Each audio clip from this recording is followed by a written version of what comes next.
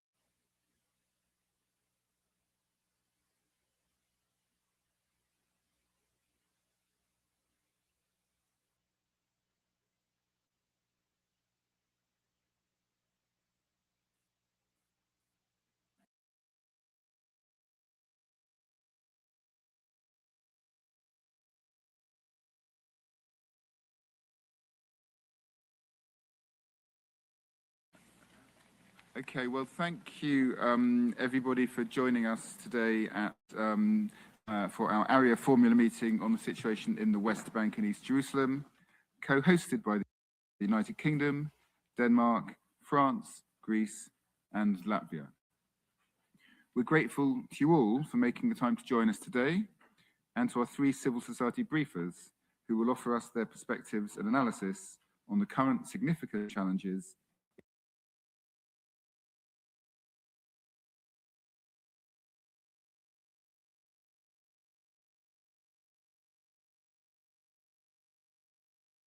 time and to give us the opportunity to hear from as many delegates as possible. There was a long list of people who've signed up. We strongly encourage speakers to keep their remarks concise. To help us keep to time, we will be cutting the microphones at 5 minutes, though we will make an exception for our briefers and for the observer state of Palestine. We've received requests from 38 delegations to participate in today's meeting, and we regret that we're unable to submit to accommodate all of them. So delegations are welcome to submit written statements by the end of next week, which will be compiled and circulated. Instructions on how to do this were shared with all UN member states via email.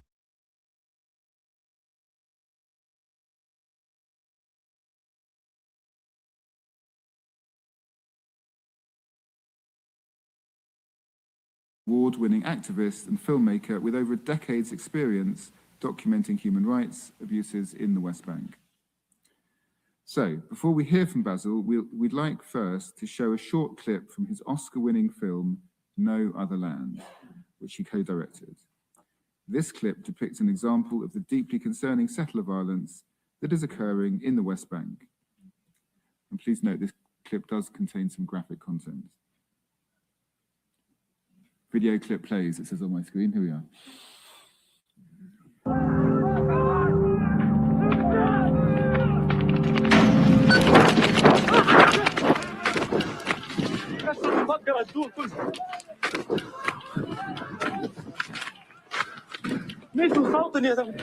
يا رب جاي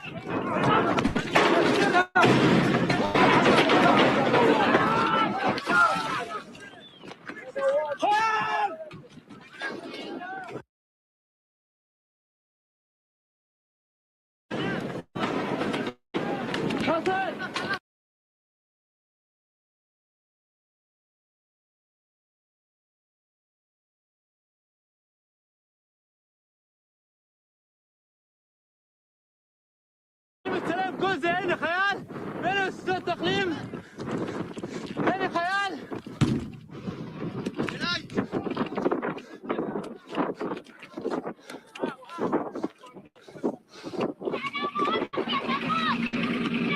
ما هو بعد باتيم ما تيم كلو هو بعد باتيم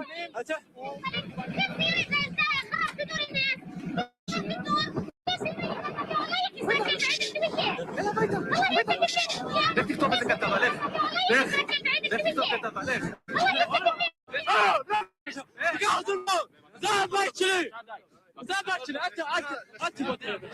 لا نلف لا زعك بنين اني ببيت لانه اما كاف اما بيت خبا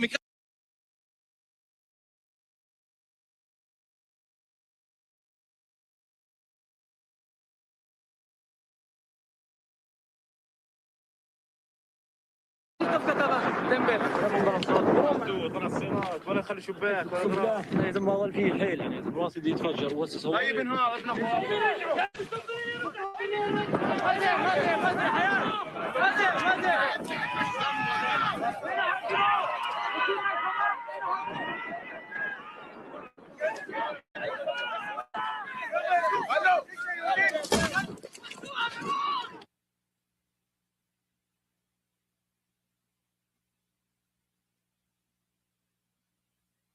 I will now turn to Adria for his briefing.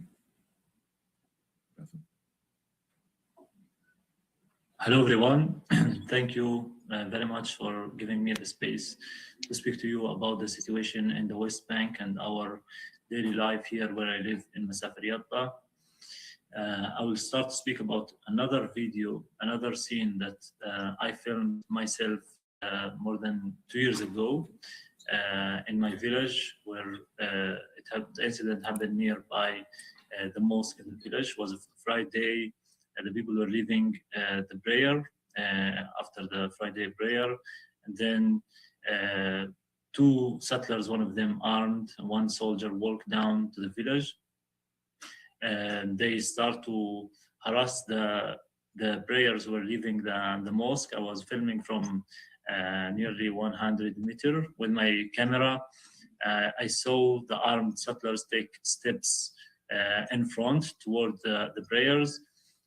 He got close to one man, hit him in the chest with the rifle, walked one step back and shot him in the stomach. It was just minutes. I realized that the one was shot was my cousin. And then the two settlers and soldier walked simply back to the outpost. This was the most tragic incident I ever filmed with my camera, but this is the reality of our life where I live in Masafir Yatta. My cousin were transferred to a hospital. Most of the roads were blocked by Israeli soldiers. Hardly, like after half an hour of driving on roads, we found dirt road to drive him to the first health care center. He was bleeding so much, he was risking his life. And then they decided that he has to be transferred to a hospital in Hebron, bigger hospital where doctors can serve him better. At the entrance of the city, again, the soldiers were there, shot toward the ambulance, shot in the air, prevented my cousin to be transferred to a better hospital to receive the treatment that he needs. The ambulance turned back to the same center, and my cousin was forced to stay there for a few days, risking his life until roads were opened, and he was transferred again to a hospital in Hebron, where he spent 83 days. 60 out of them were in the ICU, and he's still suffering from his injury.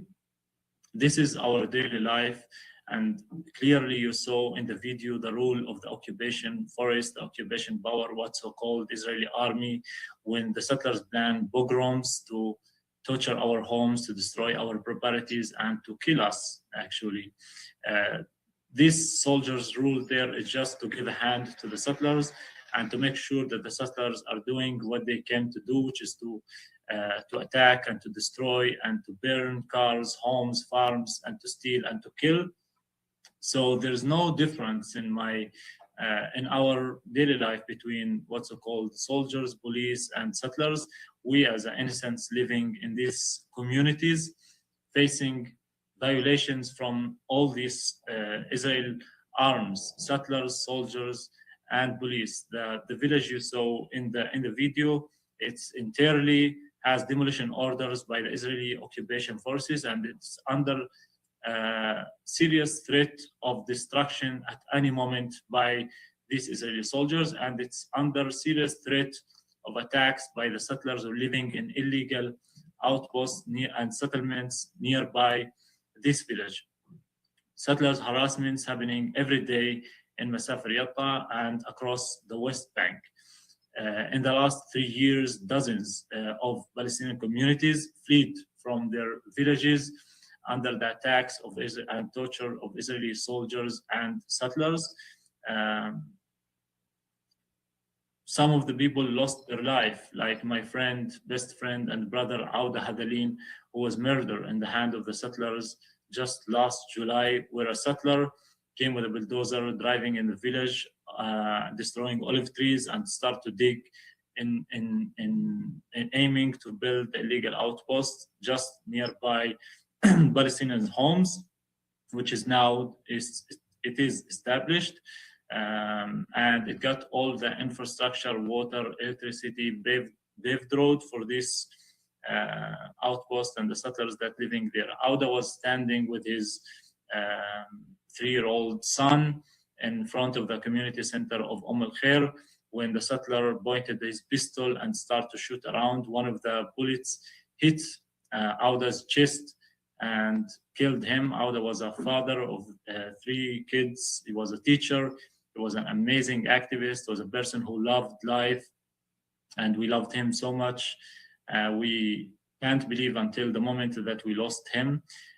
This same settler that murdered him just about 3 years ago, he was accompanied by a group of soldiers with his bulldozer to destroy a school of Sfai in Masafir Yatta. Primary school was destroyed in the hands of these settlers, who was brought by and paid, I think, by the state of Israel.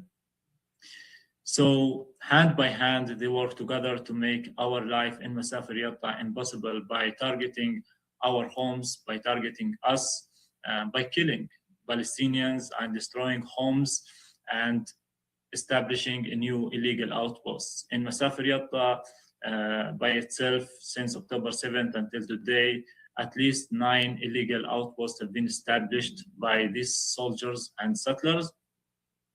And more than that, a lot of these violent settlers that we filmed them with our cameras wearing masks and attacking us and throwing rocks, coming to our villages, burning homes and cars, smashing properties, and stabbing water tanks and tires of our cars. Today are simply the soldiers. Like when settler invade our village and we try to call Israel police to come to take him out, first they send these soldiers, who's settlers. I would speak about another incident that happened just 2 months ago in Susia village, where a group of minors were sent by the settlers, were sent by older settlers with a flock of cows to the Palestinian village, to the fields, which is now a daily life where settlers are sending these minors all around our villages and our homes and our crops, our olive trees, to destroy it with their crops. The family tried to push these settlers and their cows out, calling the police 1, 2, 3 times, who usually would not come, or if they come to the incident, it will take hours until they arrive to an incident, and they would not be helpful if they will not arrest the Palestinian. After Palestinians were trying to push out these flocks out of their fields, 2 elderly brother settlers arrived, one wearing a uniform, Israeli uniform, and one not wearing a uniform, came just as a settler. The moment they went out of their ATV that was given to them by Bezalel Smotrich, who's a minister in this government, the settler started to shoot from his rifle at the family, killing Amir Shinaran, a 28-year-old Palestinian, a father of 3 kids, injuring his brother Khalid, who's now half paralyzed and hard to move. Simply, those killers are living around us in these outposts and these illegal settlements, and no accountability. For sure, the system that funds them with money, with weapons, with ATV, with flocks of sheep and cows, the system that created these illegal outposts and illegal settlements, we will not wait from them a justice, because these courts, the Israeli courts, are built to legalize and legitimize the existence of the occupying power, the army and the settlers, and to delegitimize us, to delegitimize our villages and our existence on our land. And Masafri is really the clearest example of what's happening to millions of Palestinians across the West Bank. Over than 1,000 Palestinians have been killed in the last 3 years. More than 40 have been killed on the hands of the settlers and soldiers since the beginning of this year. And there is no accountability. No one is facing consequences for their killings. And the threat is we're living it every day in our life. The attacks simply are not stopping. They not just attack us physically, but targeting the water system, which is like cutting water pipes, destroying water wells, destroying schools, making our access to any infrastructure impossible, which is making our life nearly impossible. The weight is on the international community that is watching this. The UN resolutions are very clear in the illegality of the occupation, of the apartheid, of these illegal settlements. But these orders and these like rules by the UN will lose, and it's losing its meaning when it's not translated to major action against these criminals. We live again, as I will say it, as a civilian innocents, and our communities surrounded with all these like armed settlers, soldiers, that their goal is very clear: to take our land, to take our life, and to ethnically cleanse us from our land. If you're waiting anything from the Israeli side, they just send the messages, and the answers are very clear. Just nearly a year ago, they passed a law in the Israeli parliament from this government and the opposition. The vast majority of the Israeli members voted for it, that it will never be a Palestinian state on this land. What does that mean? It means that we are, like, as a Palestinians, facing a serious threat of our existence on our land.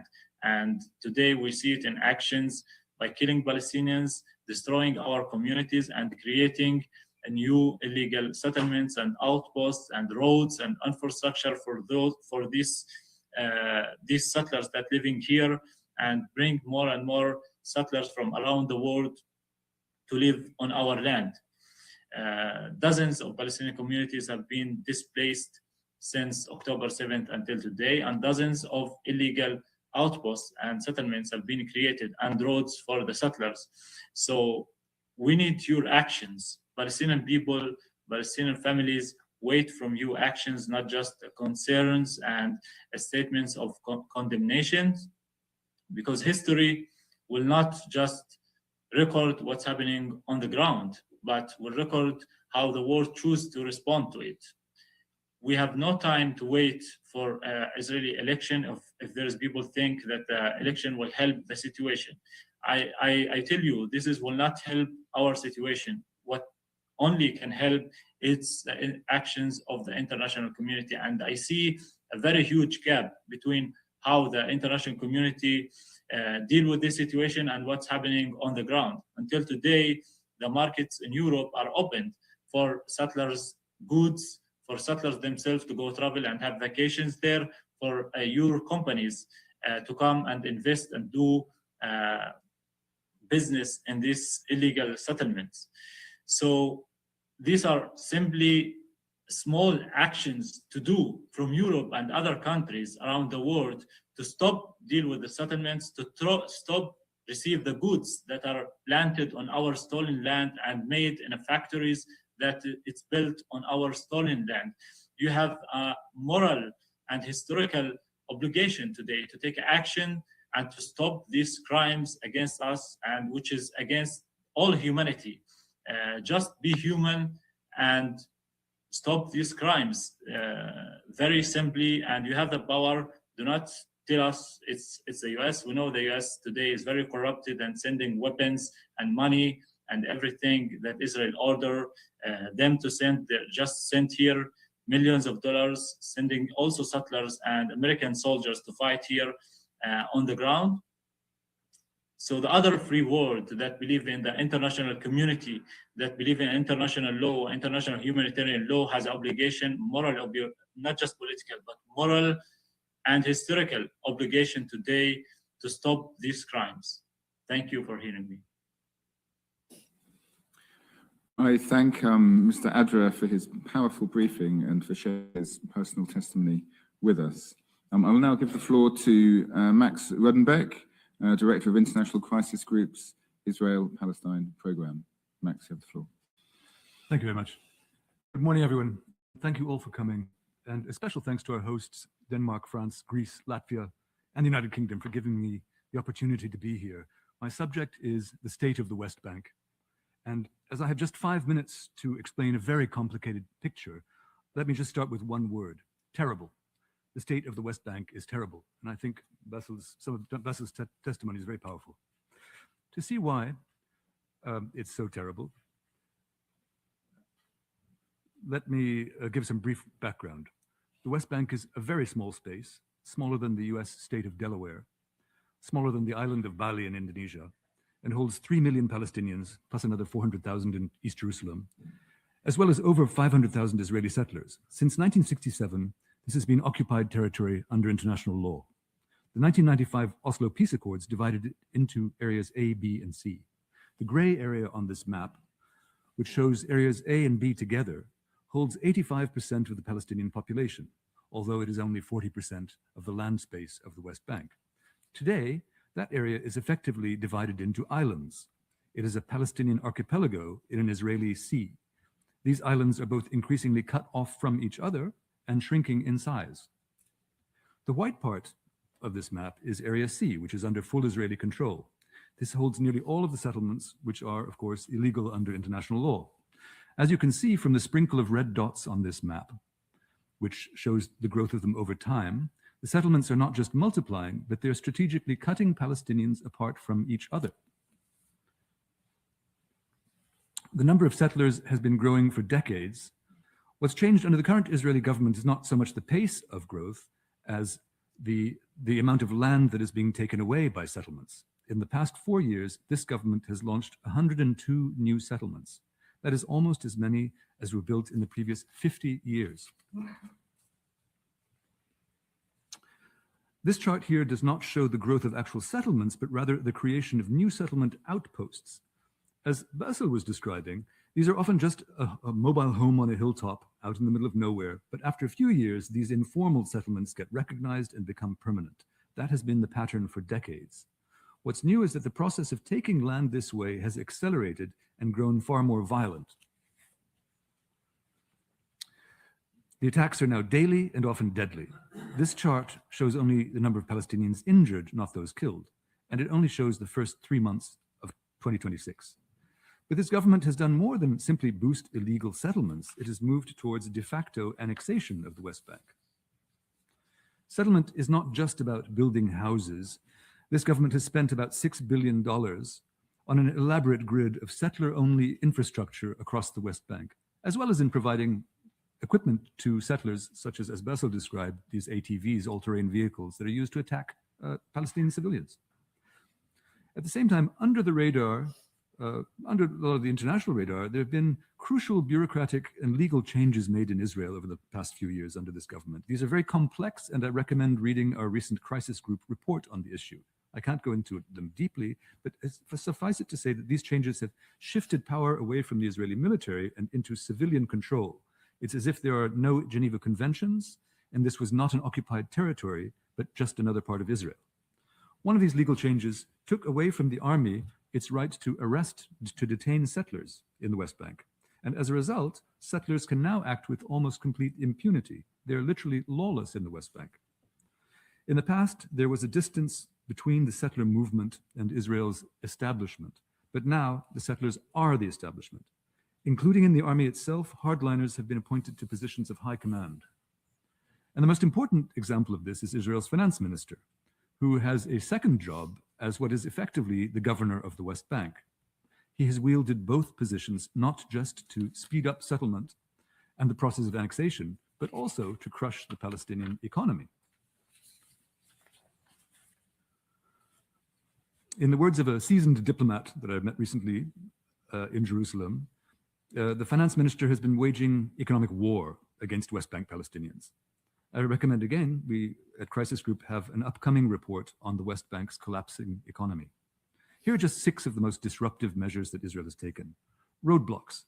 There are now more than 900 of these across the West Bank. Literally millions of Palestinian man-hours get lost every day simply waiting. As a Palestinian friend describes it, imagine the humiliation of waiting along with 1,000 other people for some kid with a gun to finish playing a game on his cell phone before opening the gate. That happens every day, every hour, every minute. Another problem is labor. Before October 7th, 1 in every 5 West Bankers worked in Israel. They sent home close to $4 billion a year to the West Bank. But overnight, Israel locked the border. Unemployment on the West Bank shot up to 28% and has stayed there for the last 3 years. A third thing is strangling the Palestinian government. Previously, 60% of the Palestinian Authority's revenue came from customs duty that Israel collects.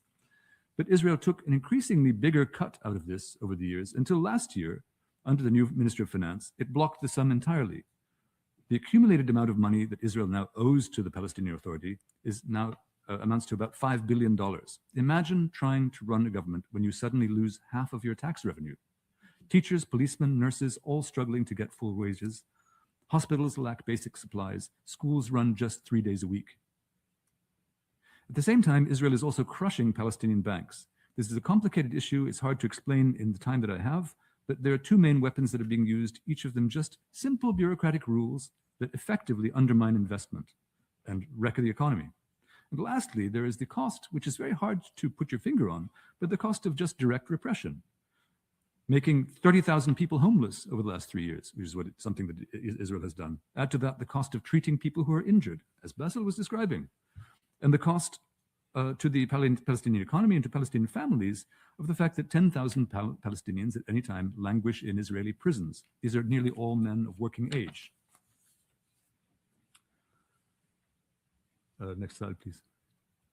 The result of all this is that the gap between incomes in Israel and the West Bank has grown wider and wider. Per capita GDP in Israel, as you can see on this chart, is around $60,000, compared to perhaps $3,000 to $4,000 in the West Bank, where incomes have actually collapsed in the last 2 years. This chart doesn't show it very clearly, but there's a significant drop in the last 2-3 years. Remember that the West Bank is not Gaza. It is not at war with Israel, it's quite peaceful. So you might have thought that maybe with the ceasefire in Gaza, some of these Israeli measures, settlement expansion, annexation, economic warfare, might have been eased, but not a single one of these policies has been eased in the West Bank. It is crushing. So this is where we are. As I said, the situation is terrible. So what can be done? First, press Israel to do very simple things that it can do to bring immediate relief, such as these little bureaucratic rules that throttle banks in the West Bank. Of course, Israel can easily lift all of its wartime restrictions. There is no war. Lift the restrictions. Let in more Palestinian workers, release funds to the Palestinian Authority, open up the roadblocks. Second, support Palestinian institutions.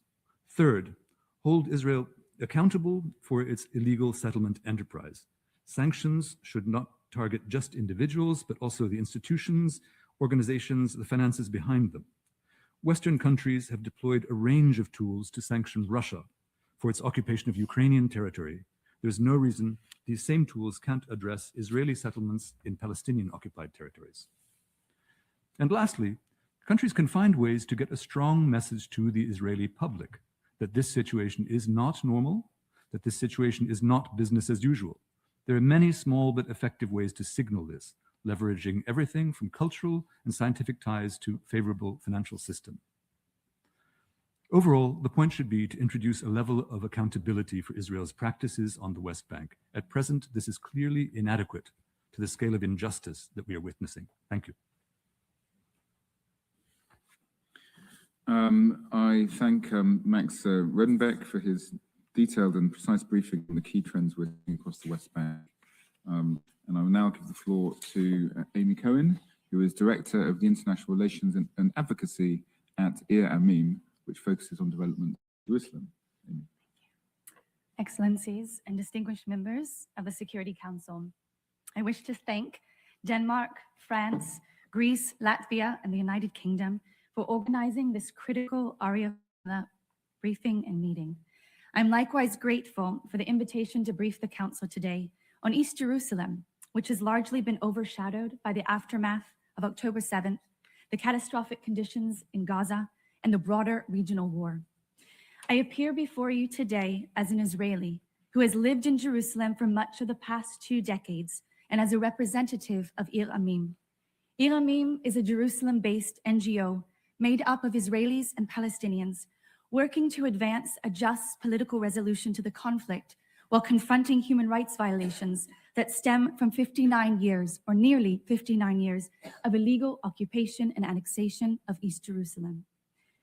In the wake of the deadly October 7th attack and the devastating war in Gaza, the Israeli government has unfortunately exploited this period to create irreparable facts on the ground that undermine prospects for a political agreement and entrench a single regime of Jewish supremacy and unequal rights between the Jordan and the Mediterranean. As mentioned by Basil and Max, forced displacement, settlement expansion, state and settler violence across the West Bank and East Jerusalem has reached record levels. Annexation is on full throttle. In East Jerusalem alone, plans for 10 new settlements, which many of you have never heard of, with over 20,000 housing units, were advanced in the span of 2.5 years. This is the highest figure in over 3 decades. Many of these plans are designated for the heart of Palestinian neighborhoods or strategic areas along the city's perimeter designed to disconnect East Jerusalem from the West Bank. And if you'll see on the screen, the red circles mark the areas where these new settlements are advancing. The recent approval and tendering of the E1 settlement project threatened to bisect the West Bank and sever its connection to East Jerusalem, which as Israeli Minister Smotrich described, and I quote, will bury the idea of a Palestinian state. If you mind just going back to the previous slide that has the 4 circles. If you see, the 4th circle is encircling the E1 area that is just to the east of East Jerusalem. Tenders in this area for all 3,400 housing units are slated to open on July 1st. This is compounded by an unprecedented surge in forced evictions and home demolitions, where entire communities in East Jerusalem are now undergoing large-scale expulsions. Nowhere in East Jerusalem is this so severe in the area called Silwan, a Palestinian neighborhood located in the heart of historic East Jerusalem, the Old City Basin, as can be seen in the displayed image. This is one of the most religiously and politically sensitive areas of the region. Excellencies, I address you today with an acute sense of urgency and the need for immediate intervention. What was once a looming threat is now being systematically carried out as we speak. In the Batin al-Hawa neighborhood of Silwan, Palestinian families are being forcibly evicted and their homes transferred to Jewish settlers. In the displayed image, the blue marks the homes already seized by settlers, families that were already evicted. The red marks those facing imminent evictions, and the yellow marks ongoing court proceedings. In the Al Bustan neighborhood of Silwan, that is just adjacent to Batin al-Hawa, Palestinian homes are being demolished to make way for an Israeli biblical theme park on the ruins of the neighborhood. If not halted, some 2,200 Palestinians stand to be displaced in the immediate vicinity of Al-Aqsa Temple Mount, amounting to one of the largest waves of expulsions in East Jerusalem since 1967. Next slide, please. The displayed image is an aerial view of Silwan with 2 communities undergoing mass displacement marked in yellow and red. And as you can see, it is adjacent to Al-Aqsa Temple Mount and the Old City, in one of the most politically and religiously sensitive areas of Jerusalem and the region. An estimated 450 Palestinians from these two communities have already been displaced in the past 2 years alone, half just since the start of 2026, with hundreds more under imminent threat of the same outcome. Among them, as we speak, 7 families are slated for forced eviction in less than 2 weeks to be supplanted with Jewish settlers. Behind these numbers are people that have courageously demanded the right to remain in their homes through nonviolent means, utilizing the legal system that has been imposed upon them to try and demand their rights. And yet in return, they are met with violence and injustice. In the words of one community leader in Sidwan, and I quote, "I teach the young not to hate, but when a child's house is destroyed, what can I say to him? How can I persuade them that we must live with the other side in peace? I'll continue speaking about coexistence and nonviolently demanding our rights, but it will be more difficult from now on." These processes of displacement and dispossession are carried out in East Jerusalem, not by violent settlers like we heard from Basel, but directly by the state and Israeli authorities, underpinned by a discriminatory domestic legal system that deprives Palestinians of basic rights and any genuine path to justice. Excellencies, as confirmed by the 2024 ICJ advisory opinion on the Israeli occupation, such actions are a grave violation of international law and tantamount to forcible transfer. These measures not only convene relevant UN security resolutions like 478, 2334, and most recently 2803, but also undermine the New York Declaration for a Two-State Solution that was recently endorsed by the UN General Assembly. For these instruments to carry meaning, they must be upheld and implemented, as we heard both by Max and by Basel. It requires more than statements of concern or condemnation. It must be translated into tangible action. And in the immediate term, it means employing all measures possible to compel the Israeli government to, 1, cease all acts of forced displacement, including home demolitions, forced evictions, land confiscation in Jerusalem, throughout the West Bank, and most urgently in Sidwan. 2, end all settlement expansion and moves towards annexation. 3, afford Palestinians with rights to housing and shelter through equitable urban planning and housing policies, which are being denied to them. And 4, to uphold freedom of movement, speech, and cultural rights. And to conclude, Excellencies, it must be underscored that the absence of accountability and consequences for repeated Israeli violations for international law and for a deliberate obstruction of a Palestinian state has fostered a state of impunity and ultimately brought us to this dark moment, depriving both Israelis like myself and Palestinians like my colleagues alike of life, security, dignity, and peace. And in order to chart a different path, a meaningful political process with Jerusalem at its center must be advanced. Iramim's new political vision offers a different future, one of an open city as the shared capital of 2 states, grounded in the principles of self-determination, equality, justice, interdependence, and inclusive security. This is the political horizon that we need, not as a distant aspiration, but as an urgent imperative. Thank you. I thank Amy Cohen for her powerful briefing. I will now make a statement in my national capacity. I thank our briefers for their compelling presentations. Colleagues, at the outset, I want to underline UK concern at rising conflict in the region and beyond. I also want to stress that peaceful coexistence between communities is essential. The United Kingdom was shocked by the despicable anti-Semitic terror attack in London last week. There is no place in our societies for racially motivated hatred and violence. And we will continue to work to end such attacks and to promote tolerance amongst all communities. Returning to the area, I'll make 3 points. First, the United Kingdom is clear that a two-state solution remains the only way to achieve lasting peace and security for the Israeli and Palestinian people. However, as we've heard today, the viability of that future is being deliberately and rapidly eroded.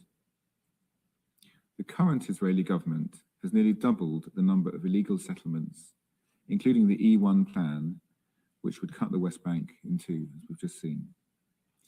Security Council Resolution 2334 is clear. These settlements are a flagrant violation of international law and must cease. And while settlements expand, so does the displacement of Palestinians from that same land. This includes Basil's hometown of Masafa Yatta. It also includes the homes of many more. 2,500 Palestinians have been displaced this year due to demolitions, evictions, and settler attacks. In Silwan in East Jerusalem, families have been forced out and watched as settlers take over the homes they have had for generations. And as we've heard today, Israeli restrictions on movement and the withholding of Palestinian tax revenues are worsening the humanitarian situation, weakening the Palestinian Authority, and driving instability. Second, these policies are accompanied by extreme violence. OCHA reports that 2025 saw the highest number of settler attacks on record. Last year, Israeli security forces and settlers killed 240 Palestinians, with Palestinian militants killing 17 Israelis. The United Kingdom strongly condemns all attacks on civilians. As the occupying power, the Israeli government has clear responsibilities for the protection of civilians which are not being met. Acts of settler violence are not a series of isolated incidents. They represent an accelerated campaign to prevent a future Palestinian state, driven by an extremist ideology which even includes acts of settler terrorism. And finally, these actions are underpinned by a culture of impunity. While attacks by Palestinians are rightly investigated and prosecuted, the same cannot be said for crimes by settlers. Accountability remains weak, with few criminal investigations and many cases closed without justice. The United Kingdom is also concerned by recent comments by a senior IDF figure noting that lethal force is used against Palestinian stone throwers, but not against settlers committing the same crime. If accurate, this suggests a discriminatory application of force that raises serious concerns under international law. Colleagues, these actions constitute a coordinated effort to permanently change the demographic makeup of the West Bank and to prevent the two-state solution. They undermine President Trump's 20-point plan and risk further violence in the region, depriving the Israeli and Palestinian people of the peace they deserve.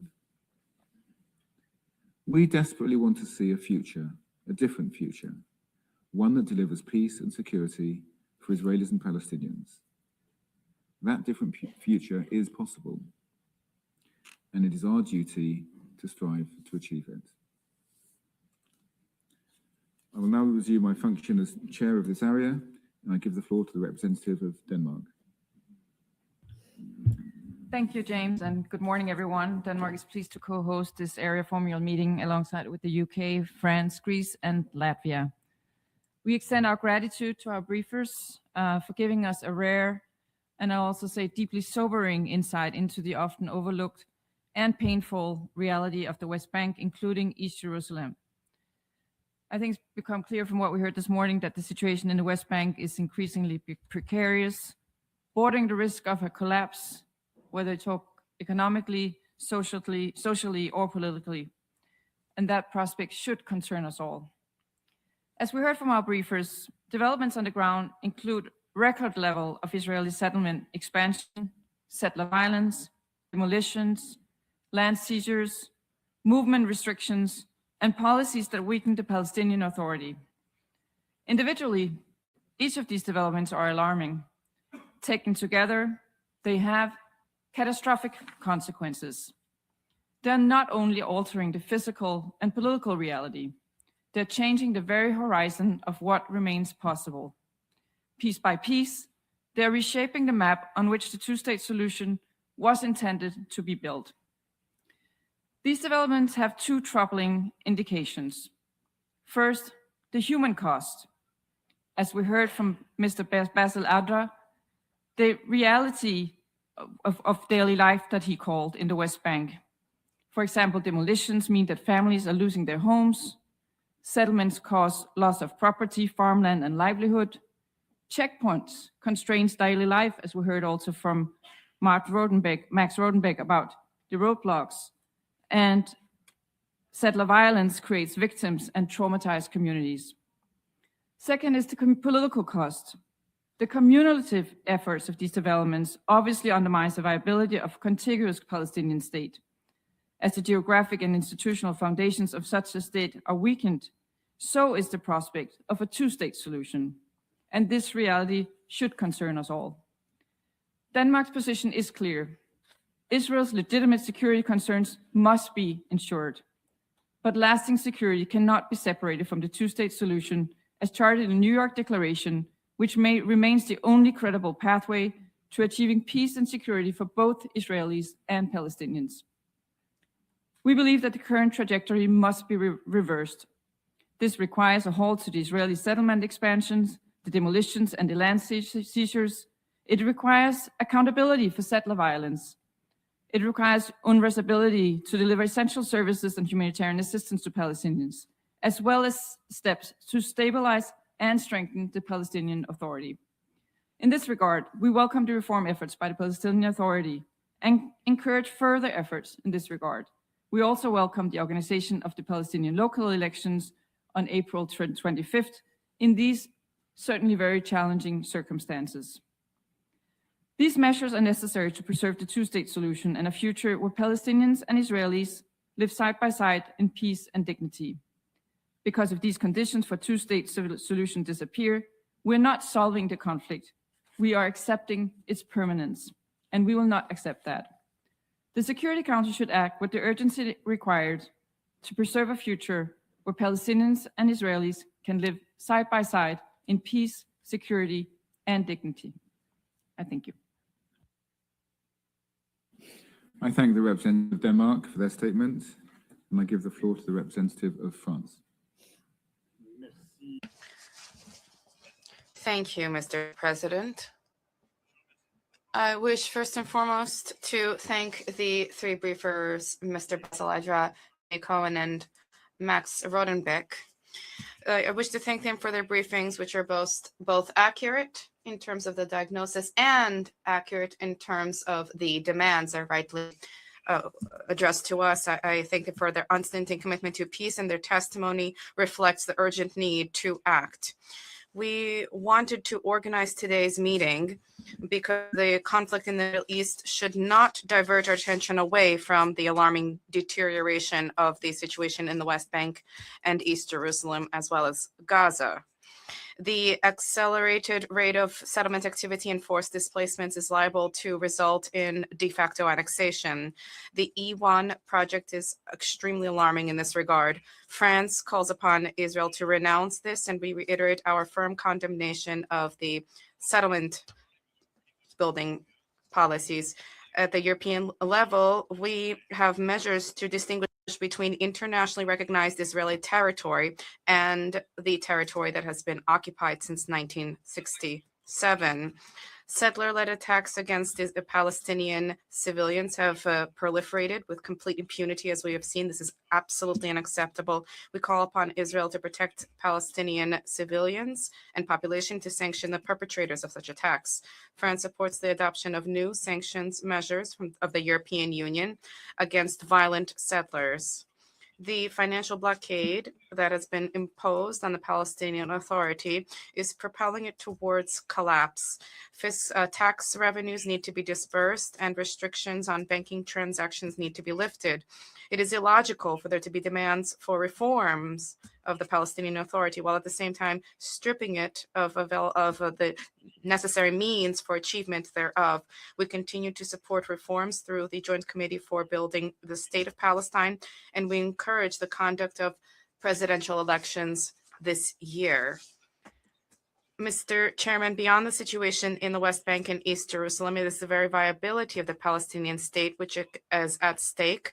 France will remain mobilized, seeking to safeguard the two-state solution, as was reflected in the New York Declaration, which was supported by the overwhelming majority of member states. We will continue to mobilize alongside partners, specifically Saudi Arabia and the 17 co-chairs of the working groups on the conference on the two-state solution.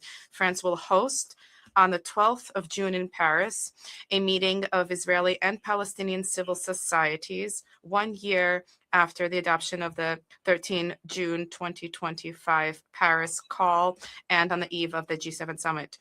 Israel's right to provide for its security, to which we are firmly committed, has always been recognized by France. This right needs to be exercised in a manner that is in accordance with international law, international humanitarian law, and the rights of states and peoples of the region. And it needs to be embedded in mutual recognition and peaceful coexistence. A two-state solution, a solution of two states living side by side, is the only possible way towards a just and lasting peace for all. Today is the 8th of May. Let us move forward and consider that.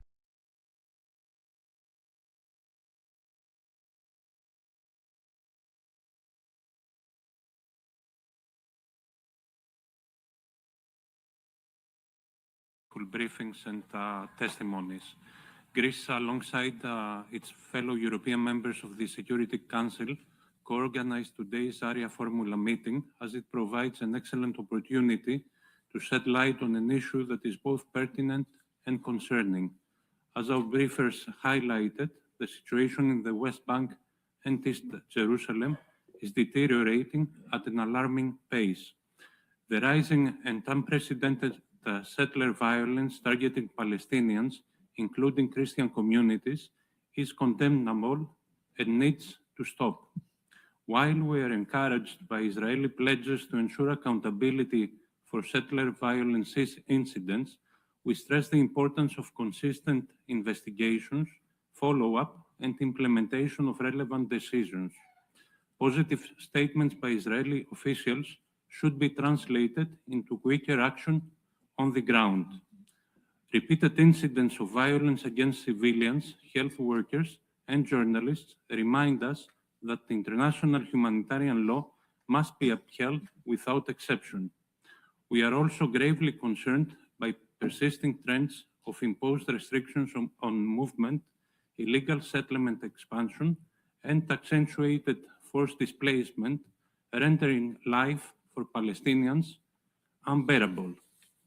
We equally reject unilateral actions such as the E1 settlement expansion project, which not only undermine the prospects for a two-state solution, but also the prospects for sustainable peace in the region. In addition, I wish to reiterate that the preservation and respect of the status quo of the holy sites in Jerusalem is of paramount importance to us. Colleagues, as highlighted by our briefers, the humanitarian and economic situation in the West Bank continues to worsen rapidly. We reiterate our call for the release of withheld Palestinian tax revenues, as the Palestinian Authority is on the brink of financial collapse, a prospect that should be averted, as it also increases the risk of greater destabilization of the West Bank with serious ramifications on regional security. We also reiterate our support to the Palestinian Authority, considering that it is a credible partner for peace.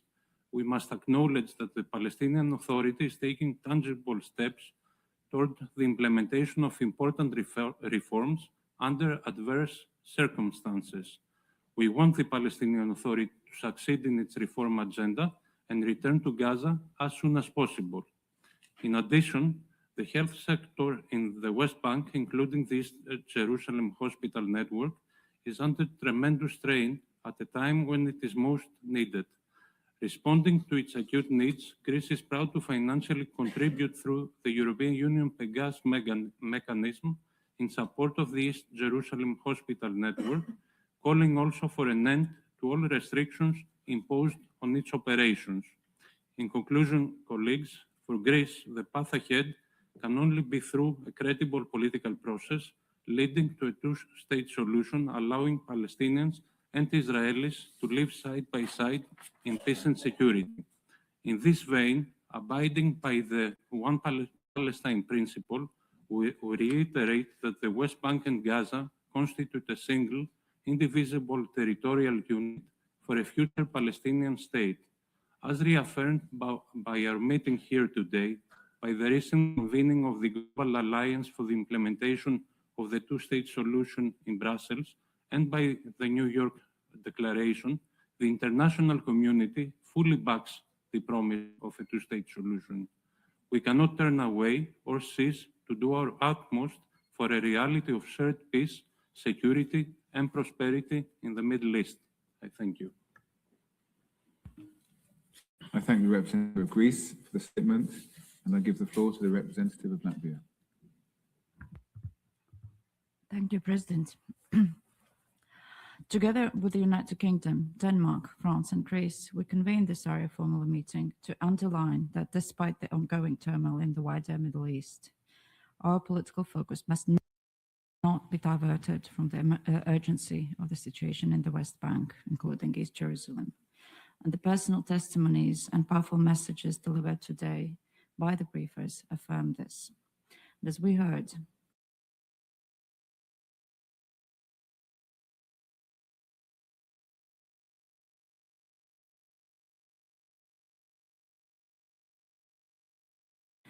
were killed by Israeli forces and settlers.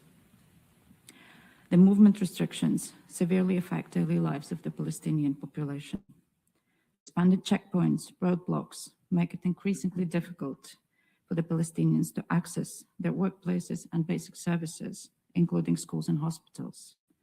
And it's unacceptable that these obstacles hinder humanitarian aid workers and life-saving services from reaching those in need. An increasing number of Palestinian families are being evicted from their homes.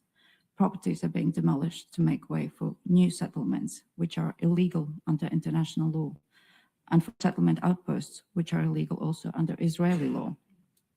And last year, increased settler violence and harassment, movement restrictions, property infrastructure demolition led to forced displacement of more than 36,000 Palestinians. The overall oppressive environment fuels mutual hatred and in the long run undermines Israelis' own efforts to achieve security. The annexation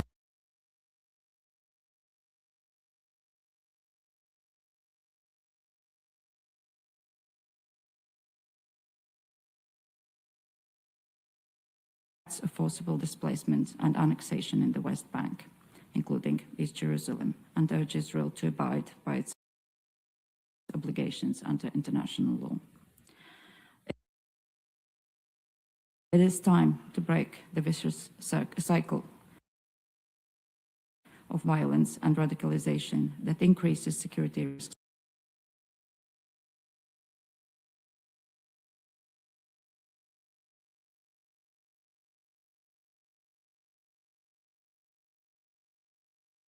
and stability, including the implementation of the comprehensive peace plan for Gaza. A two-state solution under the effective administration of the Palestinian Authority,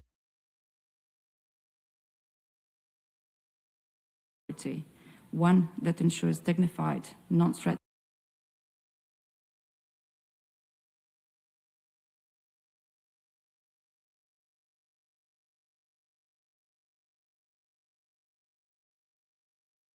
basic service provision, including education adhering to UNESCO standards, and to avoid the economic collapse, and for the Palestinian Authority to be able to meet its budgetary obligations, including payment of public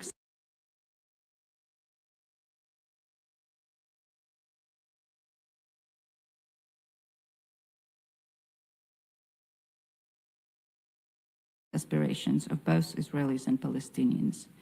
And the just and lasting peace requires that Gaza and the West Bank are treated as one unified entity.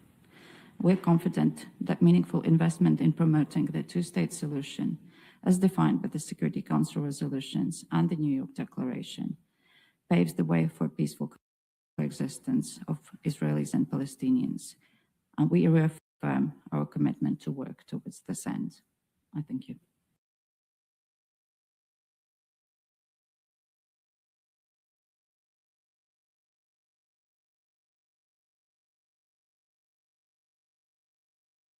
We thank the organizers for convening this timely Arria-Formula on the situation in the West Bank, including East Jerusalem. We also thank the briefers, Basil, Max, and Amy, for the important testimonies they shared today. We share the concerns of the continued deterioration of the situation on the ground in the West Bank, including East Jerusalem, shared by our briefers today. The rising settle of terrorism, the expansion of illegal settlements, and the increase in displacement are not isolated development. They are part of a broader trajectory that threatens to irreversibly undermine the viability of the two-state solution. The scale and the frequency of settler attacks, coupled with the lack of accountability, are particularly concerning, especially over the 580 attacks resulting in casualty or property damage have already occurred this year. These actions contribute to a climate of fear and instability for the Palestinian civilians and must be addressed with urgency, particularly for the 685 children forced from their homes by the settler violence in the first quarter of 2026. Somalia underscores the obligations of the occupying power to protect civilians and uphold international humanitarian and human rights law. We are equally concerned by the continued demolition of Palestinian homes and forced evictions, which have led to the displacement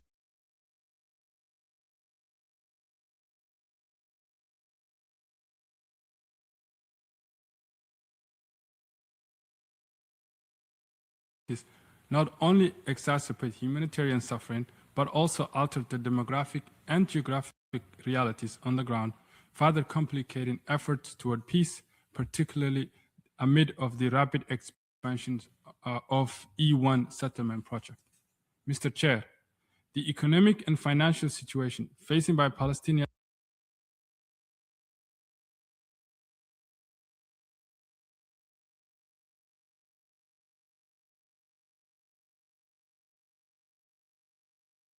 the humanitarian response is stifled by a massive funding shortfall, with less than 10% of the required 2026 humanitarian funding secured as of May 1st. Somalia reiterates the importance of fully implementing the United Nations Security Council Resolution 2334, which clearly states that settlements have no legal validity and constitute flagrant violation of international law. The Council must remain united in upholding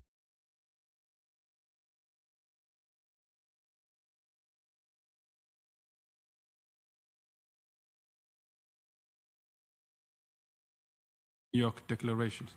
Somalia reaffirms its unwavering support for the inalienable rights of the Palestinian people, including the rights of self-determination, and to establish an independent, sovereign state of Palestine with Al-Quds al-Sharif as its capital in accordance with relevant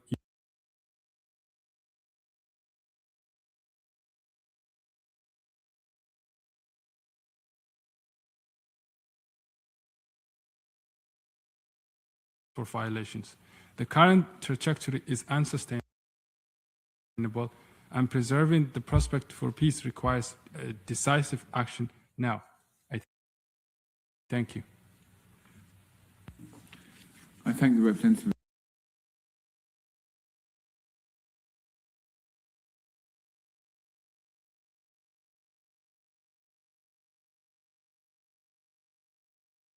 has been baselessly eclipsed by the regional escalation in the Persian Gulf,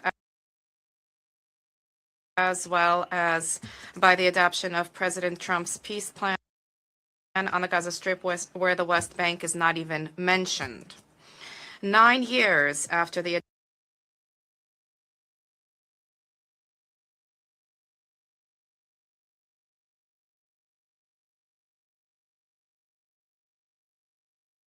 situation in the West Bank has only worsened. According to United Nations assessments, the current Israeli leadership has already surpassed its predecessors in terms of the quantity and the magnitude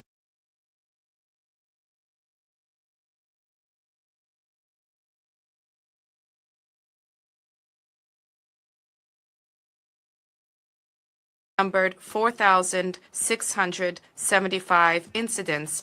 These statistics fly in the face of Israeli assertions about the allegedly isolated nature of illegal acts by individual criminals. We are gravely concerned by the systematic oppression of Christians, as well as by the constant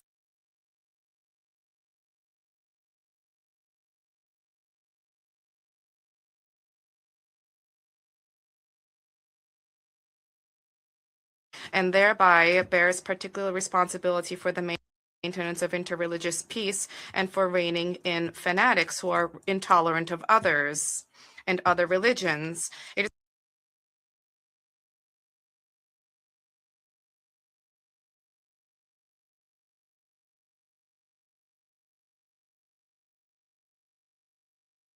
residential areas and refugee camps, conducting arbitrary arrests of Palestinians, as well as imposing large-scale restrictions on movement, as was mentioned by the Deputy Special Coordinator for the Middle East Peace Process, Ramaz Al-Akbarov. Today, virtually the entire Palestinian population of the West Bank is regularly encountering aggression, vandalism,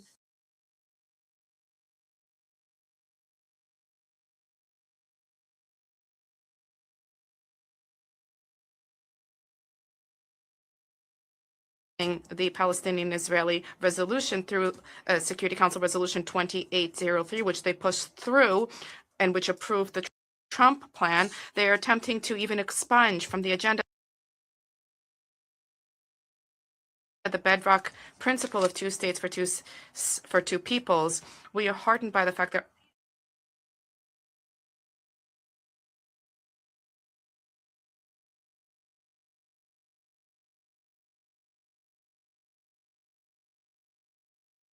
borders with East Jerusalem as its capital, coexisting in peace and security with Israel in accordance with the international legal frameworks. To conclude, we wish to reaffirm our support in principle and fundamental and principled support for the United Nations Relief Works Agency, UNRWA, which not only is an indispensable linchpin for the delivery of comprehensive assistance to Palestinians on the OPT and in neighboring Arab nations, Jordan, Lebanon, and Syria, but also as a guarantor for the protection of their fundamental right to return.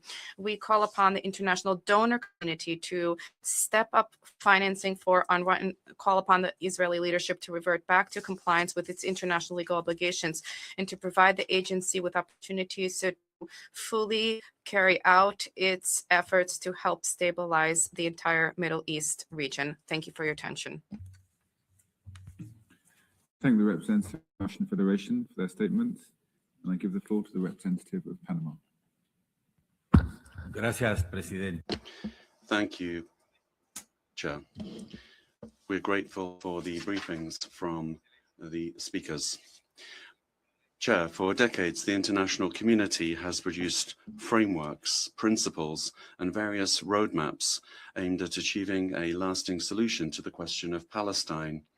Resolutions of this Council, including Resolution 2334 of 2016, together with the relevant resolutions of the General Assembly, the agreements reached between the parties and other processes before relevant international legal bodies have established certain legal and political parameters that point toward a two-state solution.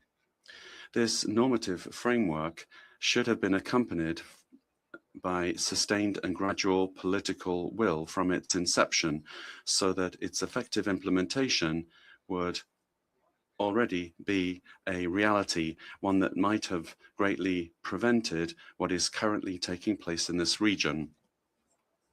Unfortunately, this was not the case, and regardless of divergent interests and the erosion that this framework has suffered over decades due to shifting geopolitical trends, Panama remains confident that peace is possible if the international community can once again align itself with the decisions adopted by this organization. Unfortunately, the peoples of Palestine and Israel continue to pay the highest price for the lack of coherence between words and actions, with violence and extremism that contribute nothing toward changing the current state of affairs. This is reflected in violence against civilians, forced displacement, demolitions, and the accelerated expansion of settlements. Dynamics that systematically erode the foundation of the two-state solution, and what's worse, they threaten to make the conflict irreversible. Added to this is the situation in Gaza, which cannot and must not be considered in isolation. Gaza is an integral part of Palestinian territory and of any viable political solution. The persistence of the humanitarian and security crisis highlights the fact that there can be no partial solution to a conflict that is, by its very nature, comprehensive. Chair, Panama believes that the immediate priority must be the protection of the civilian population, as well as the establishment and preservation of the conditions that would make a political solution possible. This requires, first and foremost, strict respect by all parties for international humanitarian law and human rights law, as well as the adoption of concrete measures to prevent and stop violence, ensure credible investigations, and guarantee accountability for all incidents. This includes guaranteeing the protection of medical and humanitarian personnel, as well as rapid and unhindered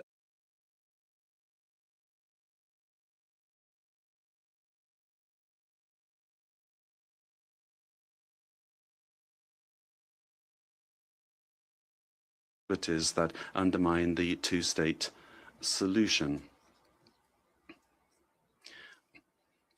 The credibility of the international system depends to a great extent on its ability to ensure that its own decisions are respected and applied consistently.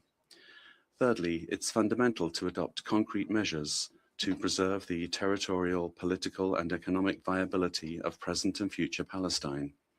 This is essential and must be guaranteed and respected so that both peoples, Israel and Palestine, may live side by side in peace, security, and dignity within borders recognized mutually and internationally. Logically, this implies halting the expansion of settlements, preventing the displacement of Palestinian communities, and strengthening the Palestinian Authority in the face of the growing financial crisis that limits its capacity for governance and the provision of basic services. Strengthening this authority, together with the reforms required in its leadership, are essential for political dialogue to move forward in a concrete manner and for the reconstruction of Gaza and the preservation of the West Bank to serve as the guiding goal so that future generations of Palestinians may live with dignity, prosperity, and security that they deserve. The path toward a just, dignified, and sustainable peace between Israelis and Palestinians does not need to be reinvented. It needs to be implemented. Thank you very much.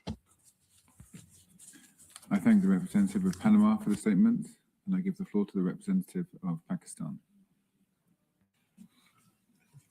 Thank you for convening this meeting, and we all thank the briefers for their insightful and forceful presentations.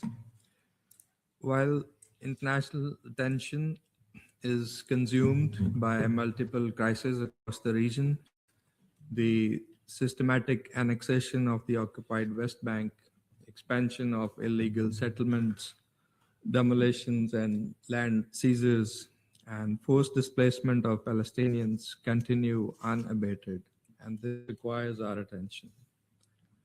Israeli policies and illegal actions, unprecedented scale and impact, are undermining the prospects of a viable Palestinian state In this regard, I wish to make the following 3 points. First, Pakistan condemns Israel's ongoing legislative and administrative measures aimed at entrenching its illegal occupation and transforming de facto annexation into de jure control.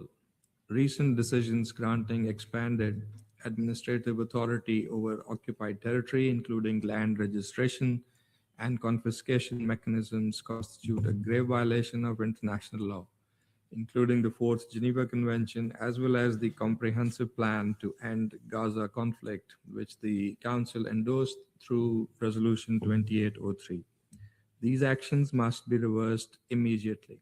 Second, as we heard, settlement expansion continues at an alarming pace. In nearly 4 years, the occupying power has approved 102 new settlements, nearly doubling the 127 settlements that existed previously. These measures are deliberately designed to permanently alter and establish facts on the ground. The illegal E1 settlement project that cuts through the heart of the West Bank and the tendering of over 3,400 housing units east of Jerusalem are attempts to render a contiguous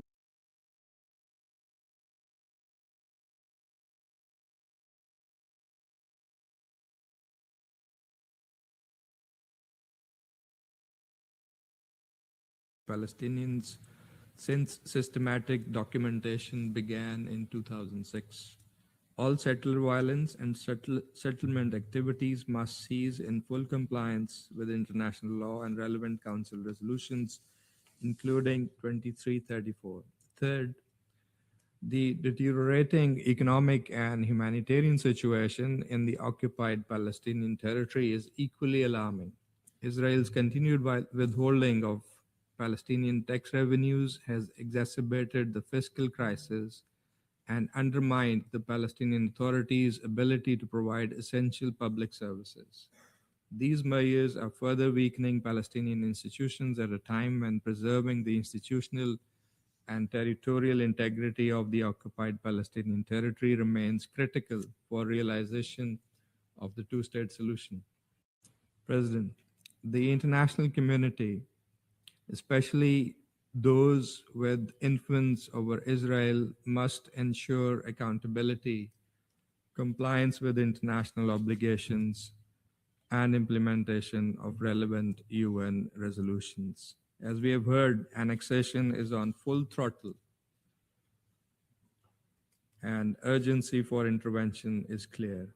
Pakistan reiterates that the only viable path to a just, lasting, and comprehensive peace in the Middle East lies in ending the illegal Israeli occupation of all Arab territories and realizing the inalienable right of the Palestinian people to self-determination through the establishment of an independent, sovereign, viable, and contiguous state of Palestine based on the pre-1967 borders with Al-Quds Al-Sharif as its capital in accordance with international legitimacy.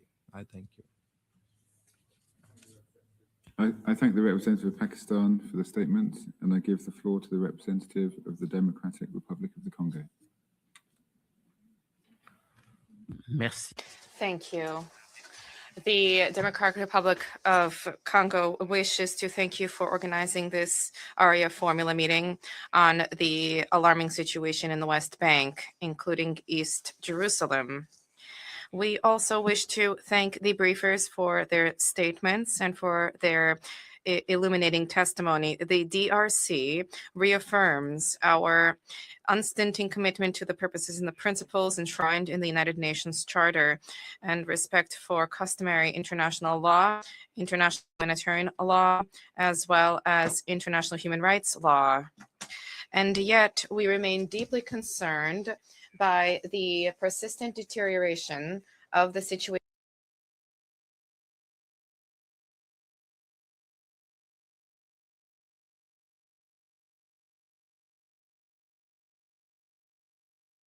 altering the status of the concerned territories constitutes a violation of international law and the relevant provisions of Security Council resolutions, specifically Security Council Resolution 2334. In this context, it is important to underscore the fact that these grave violations of international law which have been observed significantly compromise the prospects for a just, lasting, comprehensive peace. In the light of this grim situation, we applaud the ongoing efforts undertaken by the international community, which are geared towards relaunching the peace process in the Middle East, specifically the adoption of Security Council Resolution 2803, which supports the comprehensive peace plan of President Trump, which is designed to bring an end to the conflict in Gaza, and which has authorized an international stabilization force and created a peace board for transitional governance and for reconstruction. Furthermore, my delegation also wishes to voice our grave concern in light of the deterioration of the humanitarian and economic situation in the occupied Palestinian territories. The economic and movement-related restrictions, destructions of infrastructure, as well as tax-related measures, which have been affecting Palestinian revenues, are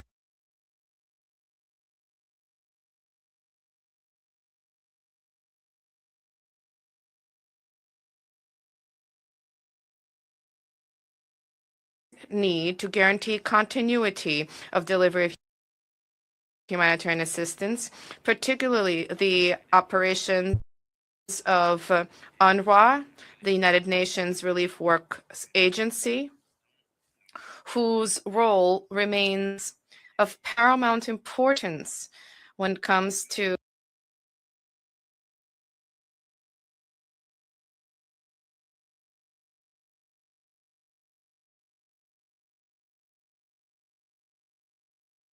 credible way towards a lasting peace. And lastly, my delegation wishes to reiterate our staunch support for initiatives to enhance synergy of efforts in order to ensure the meaningful implementation of the relevant solutions and to facilitate the establishment of the necessary conditions for a just and lasting peace in the Middle East. Thank you.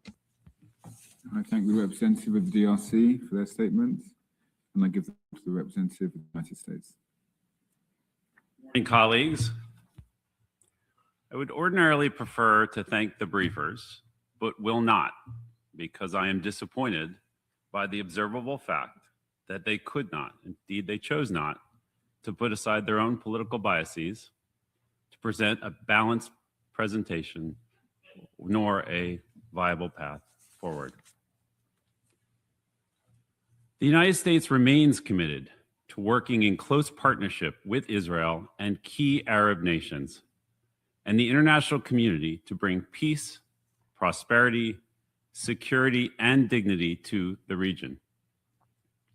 As President Trump has made clear, the United States opposes Israeli annexation of the West Bank. Stability in the West Bank is vital for Israel's security and aligns with our goal of achieving peace in the region. We are in regular dialogue with partners about improving stability and security in the West Bank.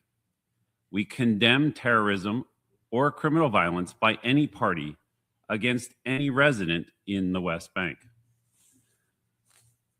Furthermore, the United States will continue to work toward a future in which the people in the West Bank and Gaza live in freedom and prosperity and at peace with Israel. I thank you. I thank the representative of the United States for their statement, and I give the floor to the representative of Bahrain.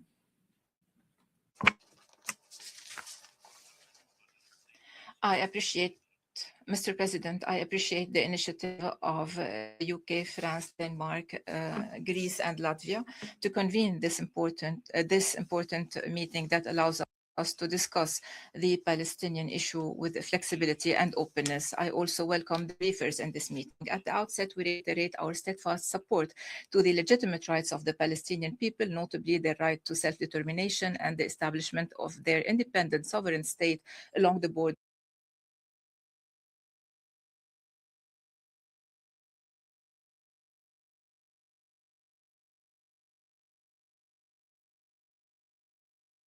Recognition of the state of Palestine. We welcome recent developments and positive stances from several countries, demonstrating a strong conviction in the importance of establishing the two-state solution and enabling the Palestinian people to attain their legitimate rights. The Kingdom of Bahrain also commends the efforts made by the sisterly Kingdom of Saudi Arabia in the context of the Global Alliance for the Implementation of the State Solution. This contributes to mobilizing international support and would lead to a process achieving a just, comprehensive, and lasting peace. Mr. President, the continued violations, illegal settlement practices, settlement expansions, settler violence increase, all are factors that have led to the deterioration of the situation in the West Bank. They threaten regional stability and undermine peace chances. They obstruct efforts aiming at reaching lasting solutions. The Kingdom of Bahrain expresses its concern over the reports and international statements reflecting the expansion of illegal settlements and other unilateral measures affecting the demographic composition of Palestinian territories, including East Jerusalem. The Kingdom of Bahrain stresses the need to protect civilians and guarantee the safe, unhindered humanitarian access in light of the concerning deterioration in the humanitarian and economic situation. We reaffirm the need to preserve the historical and legal status quo of Al-Aqsa Mosque. We reject any practices that violate the sanctity of the Islamic and Christian sites in East Jerusalem. We also commend the positions and statements of the League of Arab States in which the League rejects any violations of the Al-Aqsa Mosque. Mr. President, we believe that the numerous international initiatives pertaining to the Palestinian question are a positive indicator, and they show a consensus around this issue. We also commend what we have heard, especially during the open debate last month.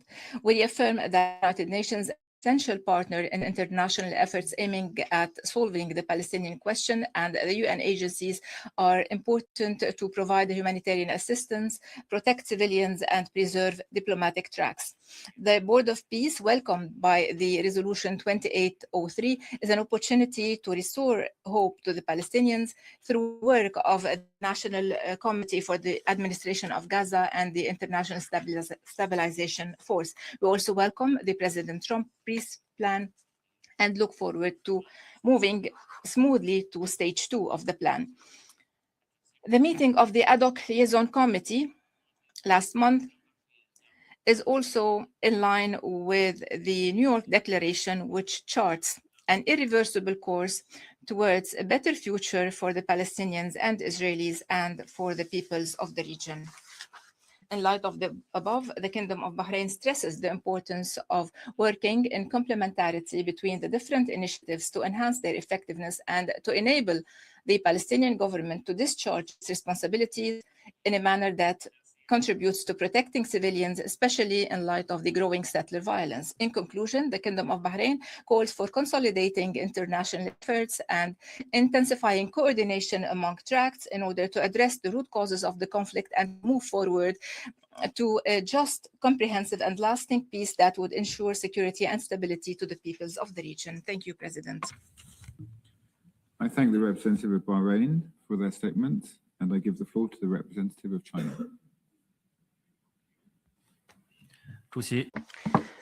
Chair, I thank Denmark, France, Greece, Latvia, and the United Kingdom for convening today's Arria-Formula meeting. I thank the briefers for their briefings. Recently, the escalated tensions in the Middle East have diverted the world's attention away from the Palestinian question. However, the situation in the West Bank is deteriorating at a fast pace with increasingly rampant violence and illicit activities. The Palestinian question has remained intractable for decades, despite multiple Security Council and GA resolutions and the ICJ's advisory opinions regarding the occupation. The lack of progress is ultimately attributable to the failure to implement the aforementioned decisions. The international community must move beyond mere political appeals and take concrete actions to restore stability in the West Bank as soon as possible, with a view to facilitating a comprehensive, just, and lasting solution to the Palestinian question at an early date. I wish to make the following 3 points. First, illegal settlement activities must be stopped. The occupying power is ratcheting up policies in support of expanded settlement activities, resulting in the destruction of numerous Palestinian homes and the displacement of Palestinians. Settlement activities violate international law and the Council's Resolution 2334, exacerbate illegal occupation and erode the foundations of the two-state solution. Israel must heed the strong calls of the international community, immediately cease all settlement activities and end its illegal occupation. Second, Palestinian civilians must be protected. In today's West Bank, innocent civilians are subject to sudden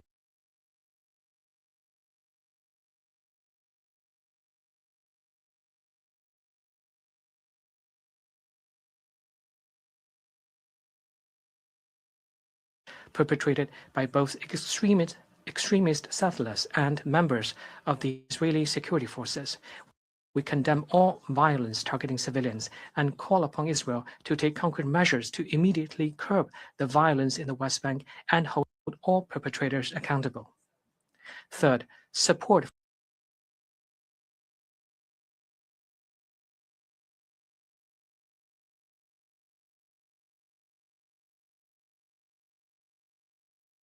fiscal crisis, leading to curtailed public services and worsening living conditions. Israel should lift its unreasonable restrictions on the West Bank economy, promptly hand over withheld tax revenues, and cease undermining the governance foundations of the PA. The international community must step up its support in order to help Palestine build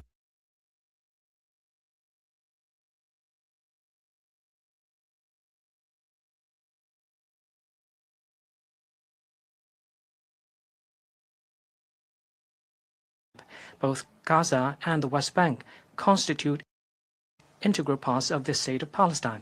It is imperative to achieve a lasting ceasefire in Gaza, alleviate the humanitarian crisis, and advance post-war reconstruction. China stands ready to work alongside the international community to make unremitting efforts to end the suffering of the Palestinian people, implement the two-state solution, and achieve the peaceful coexistence of Palestine and Israel. Thank you, Chair. I thank the representative of China for their statement, and I give the floor to the representative of Colombia. Muchas gracias, señor presidente. Thank you very much, Chair.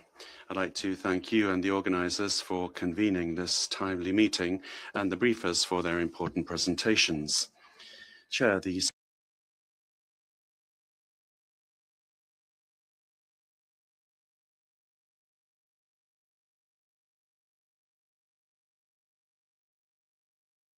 legalization of occupied lands constitute a policy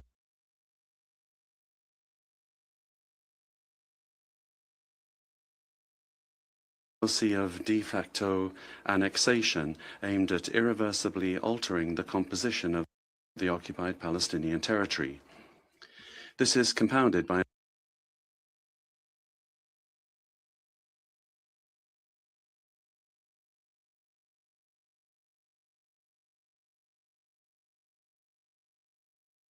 in the territory unviable. Restrictions on the exercise of freedom of worship, including limitations on access to the Al-Aqsa Mosque, as well as attacks against Muslim and Christian communities, constitute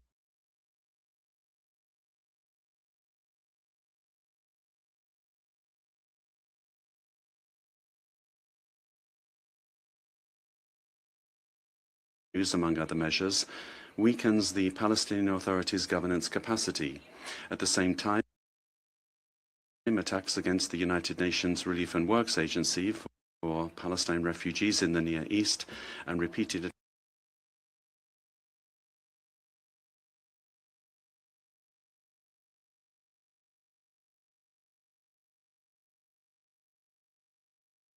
the two-state solution and any prospect for peace.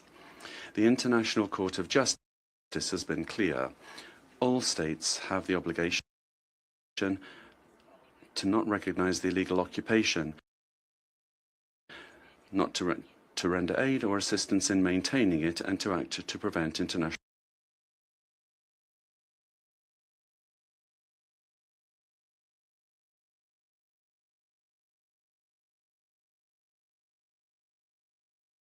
following. Firstly, ensure accountability and not serve as a refuge for those responsible for genocide, war crimes, and crimes against humanity. Secondly,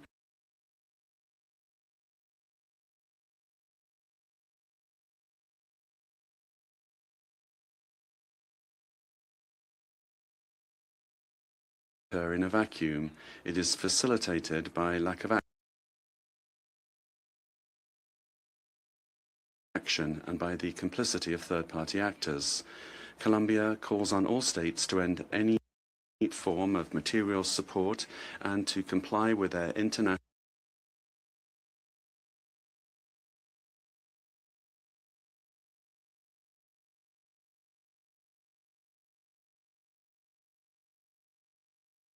rejection of Israel's illegal attack against the Sumud flotilla in international waters and demands the immediate release of all its members.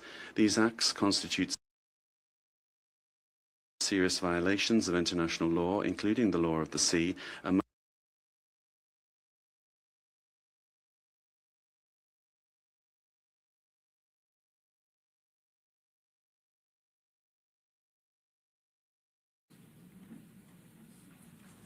Thank you, Mr. Chairman. Liberia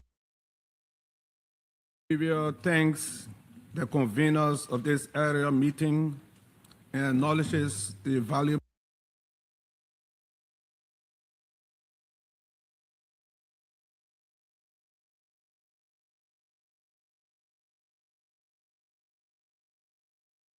in all of its manifestations, particularly in the West Bank, and by the widening cycle of violence across the region. We understand both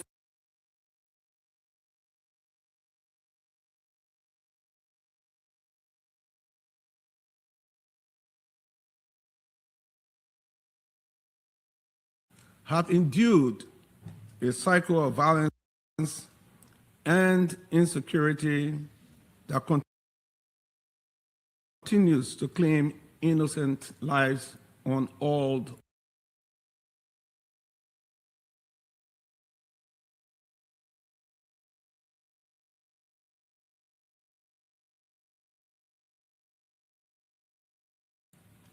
and continuing tensions across Gaza, Lebanon, and the West Bank remind us that lasting peace cannot be achieved through force alone. The continued expansion of settlements, the persistence of division, and the deepening mistrust between communities risk further enhancing and entrenching this conflict rather than resolving it. Israelis and Palestinian families alike continue to live with fear and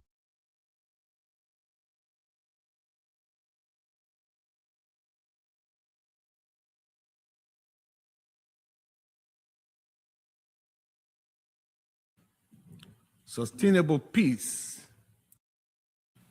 emerge not from fear, retaliation, or imbalance, but from dialogue, mutual recognition,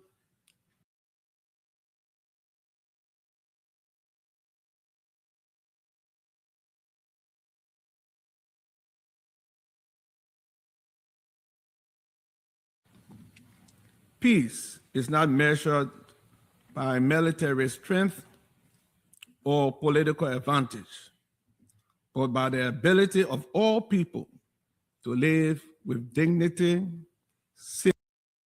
safety, and hope. Only when both Israelis and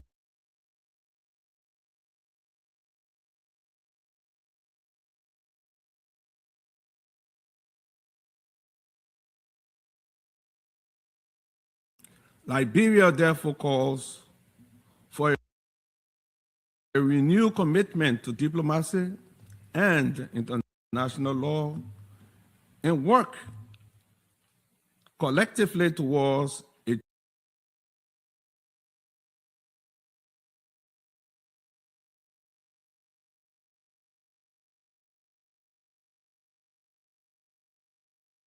of Liberia for their statement.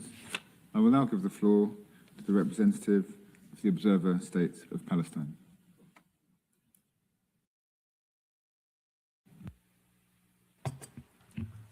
Thank you, Mr. Chair. Allow me at the outset to thank the United Kingdom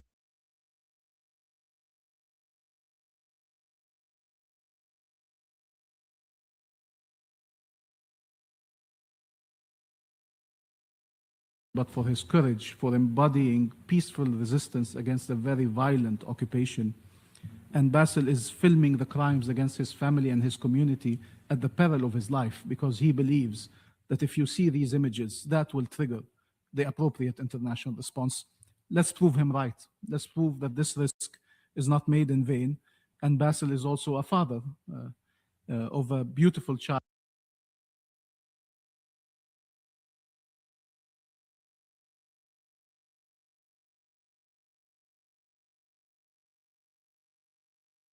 Palestine. This should be the first point on your agendas. I think that has a deterrence value, and that's also important to inform your actions. And if you're denied that right, that's already a signal of who has something to hide. We are not dealing with a fringe group of settlers or a couple of rogue ministers. We are dealing with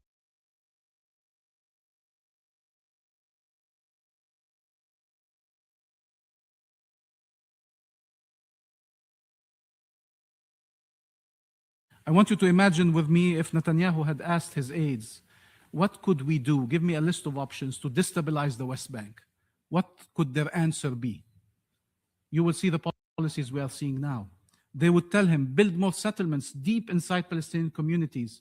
Do it in the E1 area and say explicitly it is to kill the Palestinian state.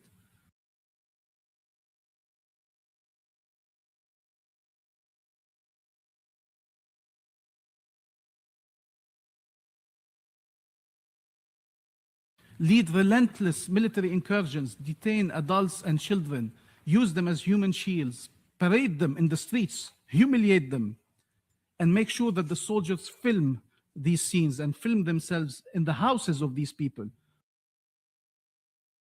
mocking them while they are kneeling before them, blindfolded, and let them even make some sexual comments about Palestinian women on camera.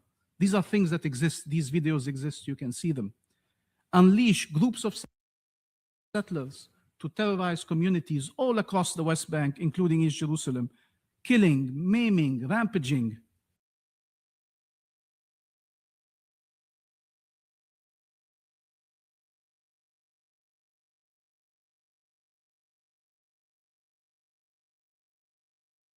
People either demolish their homes with their own hands or pay for that demolishing.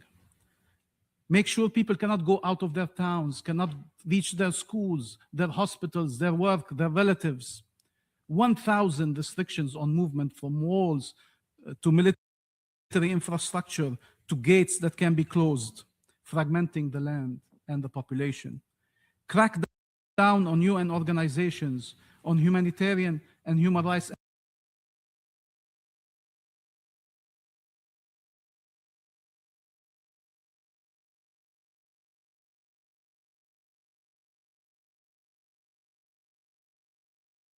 to the public. Let their people see images of emaciated prisoners who have been running hungry with diseases raging all over their bodies. Let 100 of them die in custody over the last 2 years. 100 at least Palestinian prisoners dying under torture or due to medical neglect. And if that's not enough, pass a death penalty bill against them. Make inflammatory speeches. Speak of the ethnic cleansing you are conducting. Say you will exterminate these people. And we forgot the holy sites. That has an incendiary power. Let's do that as well.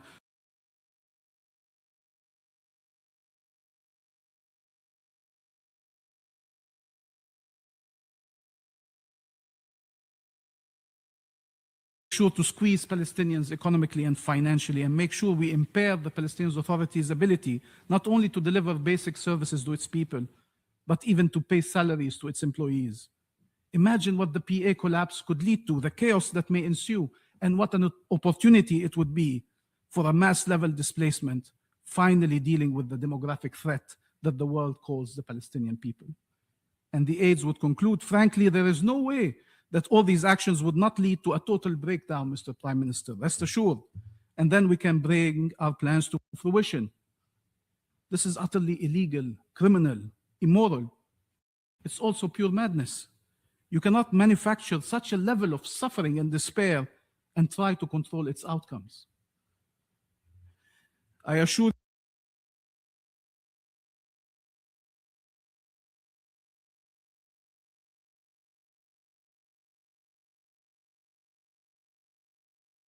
ensured control over 60% of the West Bank.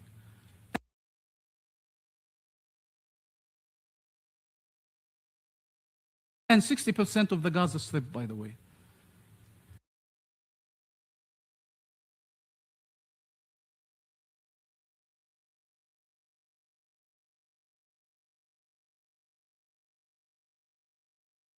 To have one state where everybody enjoys equal rights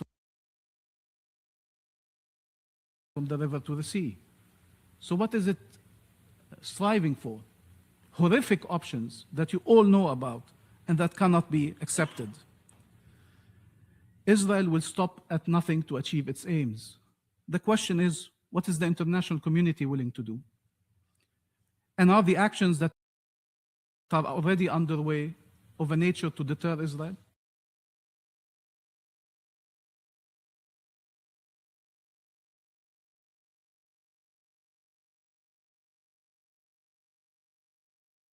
And Israel continued building them. We have now 750,000 Israeli settlers in occupied Palestine. This council spoke of disarming settlers, of an international protection presence throughout the occupied Palestinian territory, 32 years.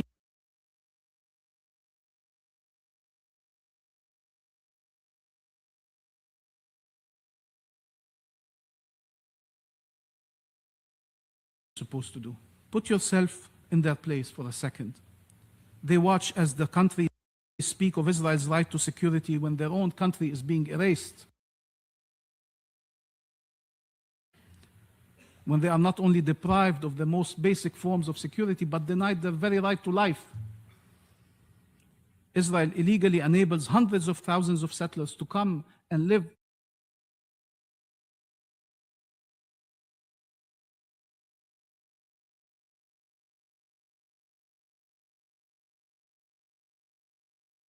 of Palestinians to defend themselves.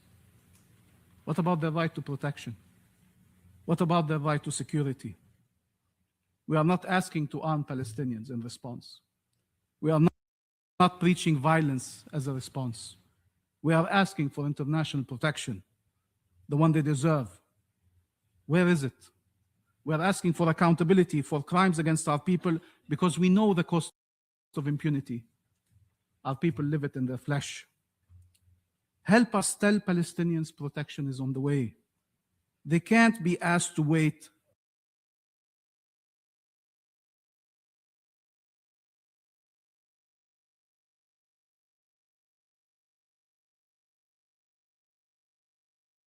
A child is shot in the head at his school. It is not your child. Unfortunately, Al-Nasan family was not that lucky. What options do they have apart from living in this hell or as Israel hopes, leaving their country altogether. None of these are acceptable options. What does it mean to call on Israel to investigate or prosecute or punish? Who asks the perpetrators to investigate and prosecute and punish? Yes, these are Israeli obligations under international law as an occupying power, but decades of experience show us Israel not only has no intention to do so, but it is conducting these crimes and ensuring impunity for them.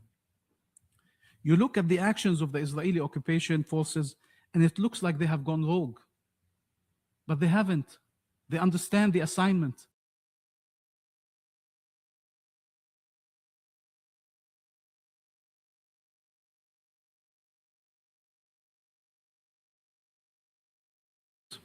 And the rape was filmed, and the soldiers who raped them saw the charges against them dropped, and the Prime Minister congratulated them on Twitter. Rapists on video, not punished. This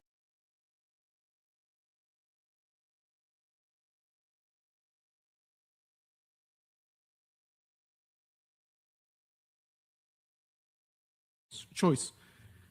But it can only make sense if it's not only one side breaking the cycle of violence. It cannot mean that Palestinians stay still while being shot at, while they're confronted with unhinged, unrelenting, brutal violence that the world has grown accustomed to. It would not have grown accustomed.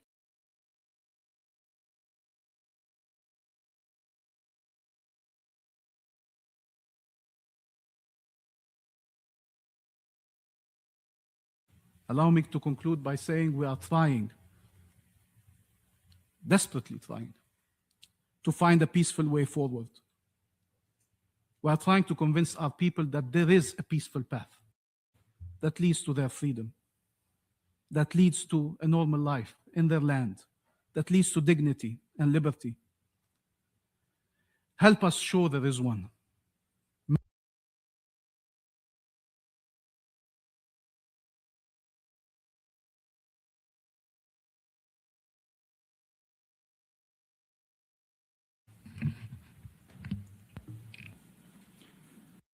I thank the representative of the Observer State of Palestine for the statement. Colleagues, if you'll excuse me, I will leave briefly and hand over the chairing to my Danish colleague. I have to make a statement upstairs. I'll be back shortly, but in the meantime, I'm going to give the floor to the representative of Jordan to make a statement. Thank you.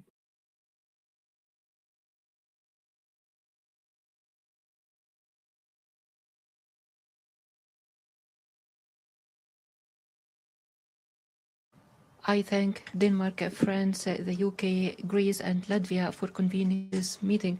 I also thank the briefers for their valuable briefings.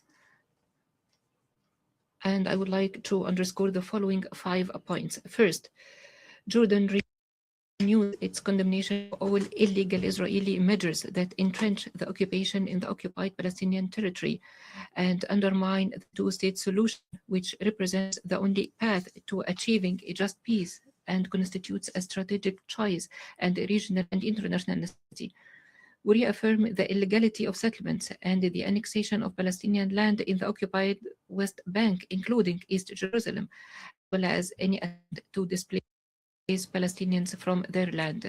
We stress the need for the Security Council and the international community to adopt clear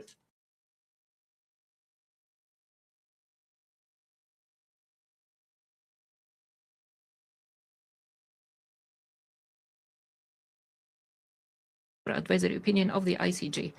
Second, we condemn the ongoing Israeli violations of the historical and legal status quo of the Islamic and Christian holy sites in occupied Jerusalem and the attempts to alter this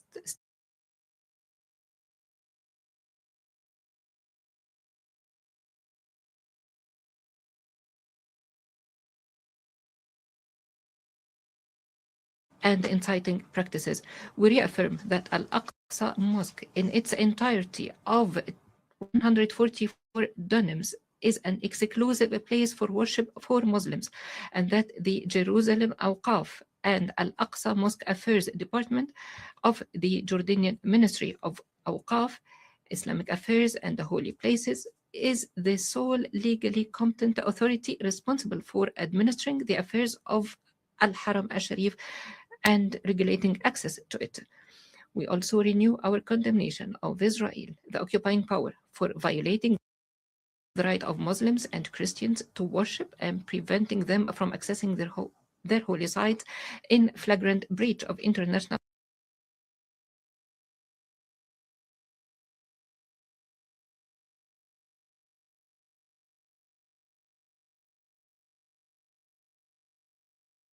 of Jordan's custodianship. Third, we stress the necessity of implementing the outcomes of the UN High-Level International Conference on the peaceful settlement of the question of Palestine and the implementation of the two-state solution held in July 2025 and co-chaired by Saudi Arabia and France. We emphasize that the implementation of the two-state solution and the establishment of an independent sovereign Palestinian state on the lines of 4 June 1967 with East Jerusalem as its capital in accordance with international law and relevant Security Council resolutions, living in peace and security alongside Israel must be a priority for your council and for all those who seek for our region to build a safe and stable future. Fourth, reaffirm the central and indispensable role of UNRWA in providing vital services to approximately 6 million Palestinian refugees in accordance with its mandate. We call on the international community to provide political and financial support to the agency, and we condemn all Israeli measures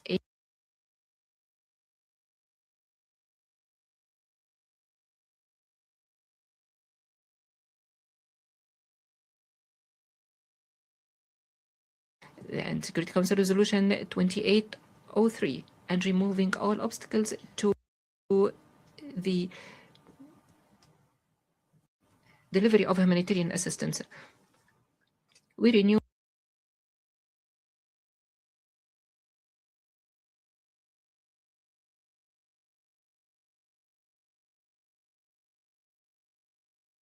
permanent representative of Egypt, or the representative of Egypt. Sorry.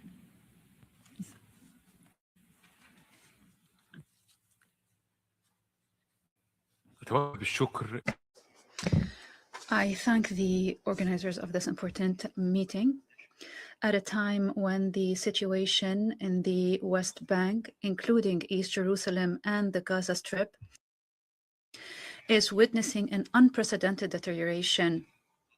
Allow me to highlight the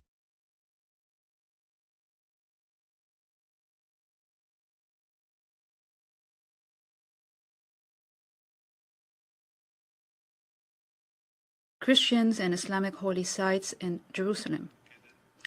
Egypt condemns all illegal settlement activities and settler violence in the occupied West Bank. Egypt stresses that Israel has no sovereignty on the OPT. We reject categorically violations targeting the Holy Al-Aqsa Mosque and Al-Haram al-Sharif, as well as any attempts to annex the West Bank, disconnected from Gaza, or displace the Palestinian people.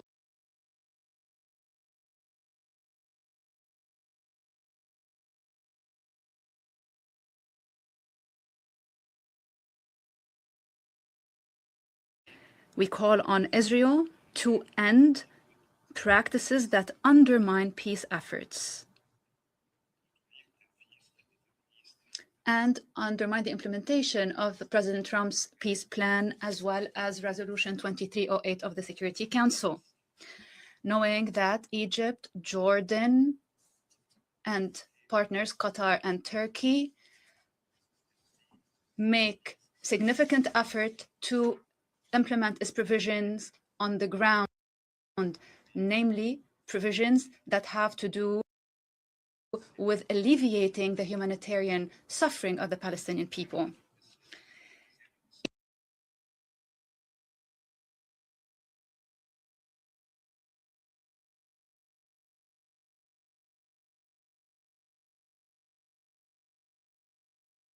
restrictions at crossings, ensuring full humanitarian access, ending targeting United Nations bodies that are active in the occupied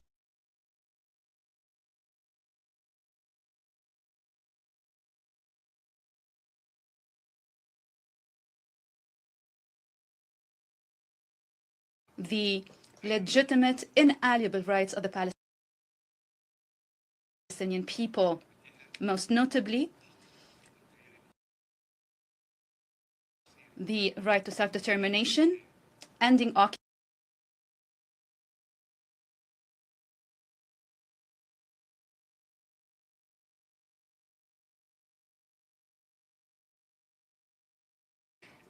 in line with what was mentioned in the 2025 New York Declaration. To conclude, we call for a wider recognition of the Palestinian state and full membership at the United Nations.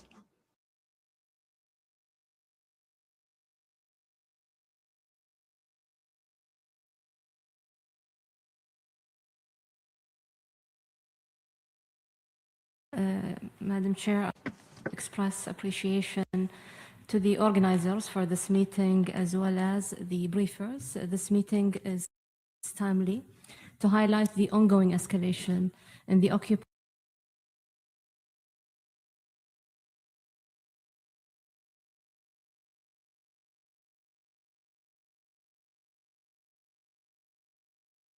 The state of Qatar exerted tireless diplomatic efforts to achieve, along with the Arab Republic of Egypt, the United States, and Turkey. Madam Chair, settlement activities is illegal and a flagrant violation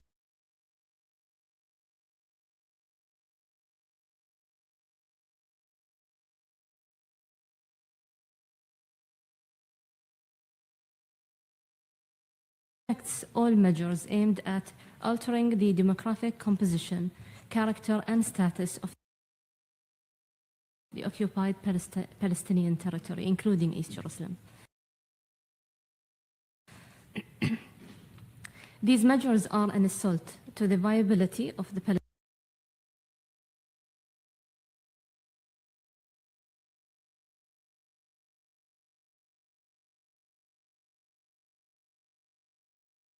of the Al-Aqsa Mosque by the Israeli officials and settlers, and the raising of the Israeli occupation flag in the courtyards. This is a flagrant violation of international law and a provocation to the feelings of Muslims worldwide. The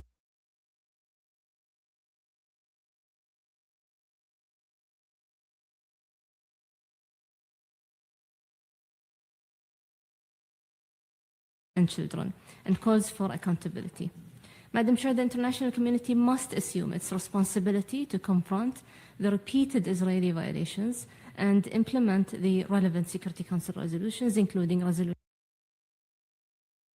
2334 and 2803. The State of Qatar reaffirms its support for efforts to achieve a just and comprehensive peace and reiterates its firm and unwavering stand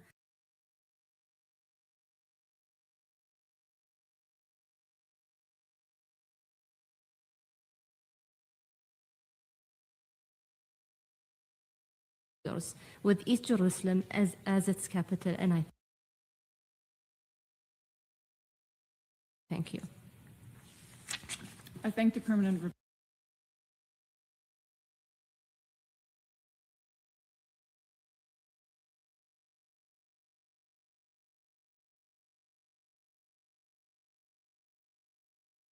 extend my sincere thanks to Denmark, the UK, France, Latvia, and Greece for convening this important meeting in light of the ongoing situation in the occupied Palestinian territory. We thank all delegations who supported this meeting, and we thank the briefers. The Kingdom of Saudi Arabia follows with concern the continued escalation in the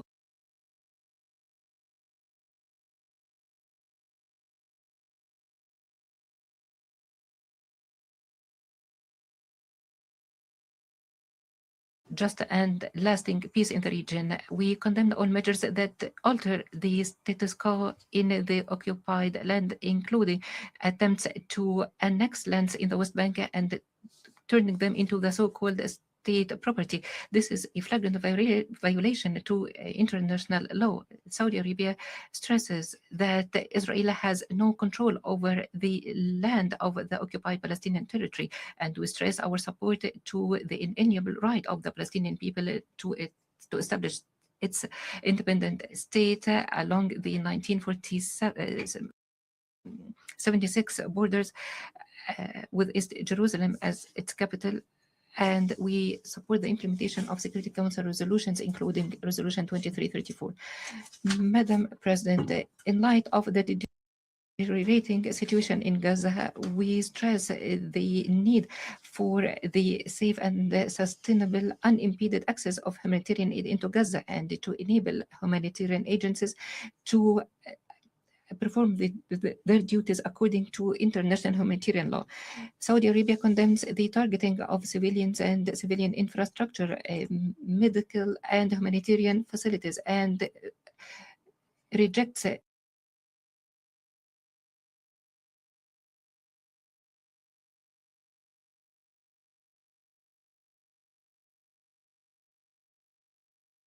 Palestine not as a token but as a strategic necessity. Recognition is the beginning of the end of this conflict, meaning that it's not a matter of words, it is a matter of actions, and to translate our words into realities. Last year,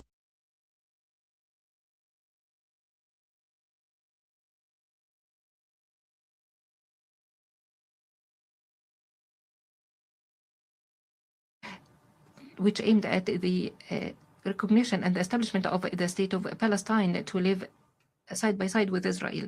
The outcomes of the conference cover the legal, political, humanitarian, and the strategic path in this cause, and it has a framework to implement the two-state solution and to achieve peace and security for all. Saudi Arabia provided more than $5 million in support of the Palestinian people, and through King Salman Center for Humanitarian Aid provided more than $185 million for Gaza, and we cooperate with many international humanitarian organizations to provide humanitarian assistance and have them delivered into the Palestinian territory. Madam President, Saudi Arabia is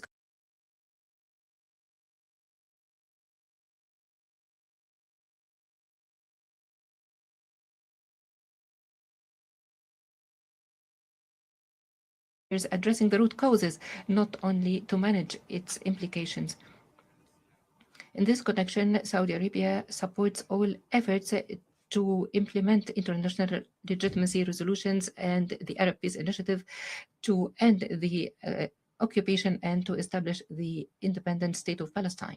In conclusion, Saudi Arabia reiterates its position that the lasting and comprehensive peace remains the strategic choice. Its implementation and achievement requires genuine political will and upholding of international law.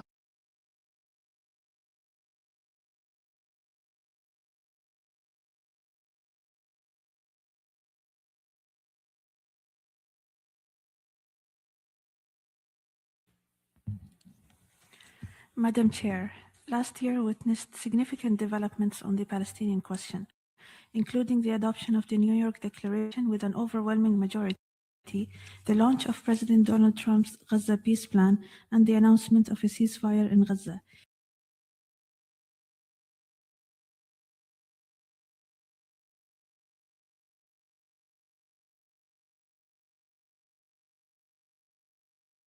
Resolving the Palestinian-Israeli conflict. Yet in parallel to this momentum, the situation in the occupied West Bank, including East Jerusalem, has continued to deteriorate. This was evidenced by intensified settlement activity, including the advancement of plans for the E1 corridor, as well as the escalating violence by extremist settlers, forced displacement, and restrictions on access to holy sites. The UAE strongly condemns these illegal measures, which risk eroding the prospects for peace and undermining the viability of the two-state solution. I would also like to highlight the UAE's rejection of any measures aimed at the annexation of any part of the occupied Palestinian territory. This includes the systematic expansion of settlements, the imposition of Israeli law and jurisdiction, and the construction of infrastructure designed to permanently alter the demographic and geographic character of the West Bank. The UAE's position on this is unequivocal.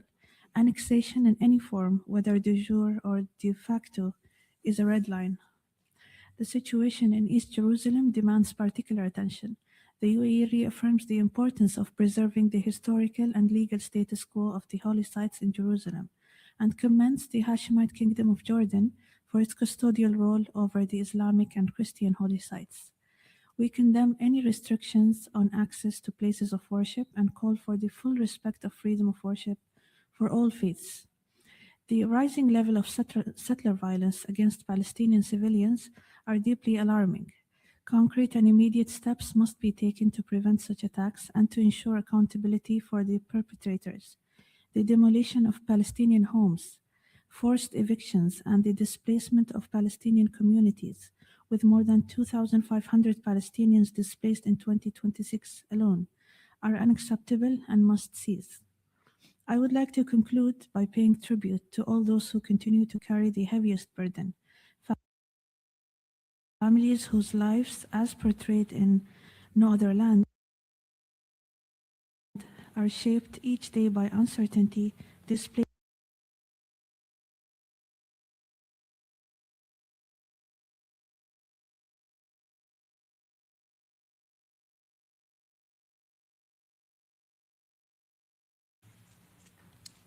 Mr. Chairman, I would like first to thank the co-hosts, Denmark, France, UK, Greece, and Latvia, for convening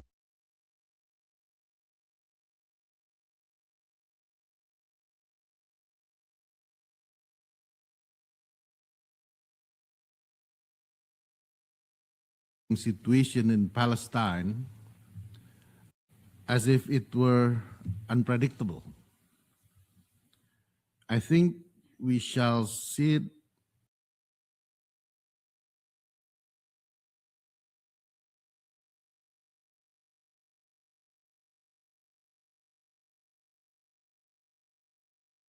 in settler violence and illegal settlement expansion in the West Bank and East Jerusalem makes clear why peace remains elusive. To make peace possible, I believe empowerment is crucial. First, empowerment of the Palestinian Authority to govern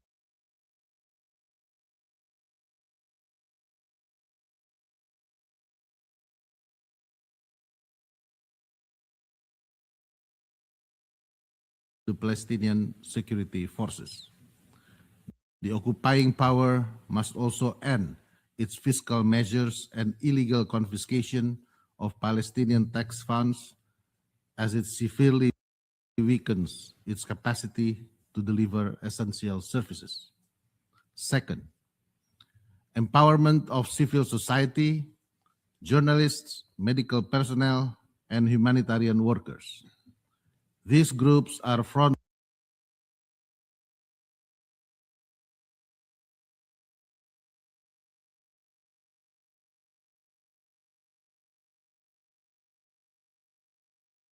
civilians must be ensured, journalists must be able to report without intimidation, medical personnel must be guaranteed safe, unhindered access, and humanitarian workers must be able to deliver assistance without interference.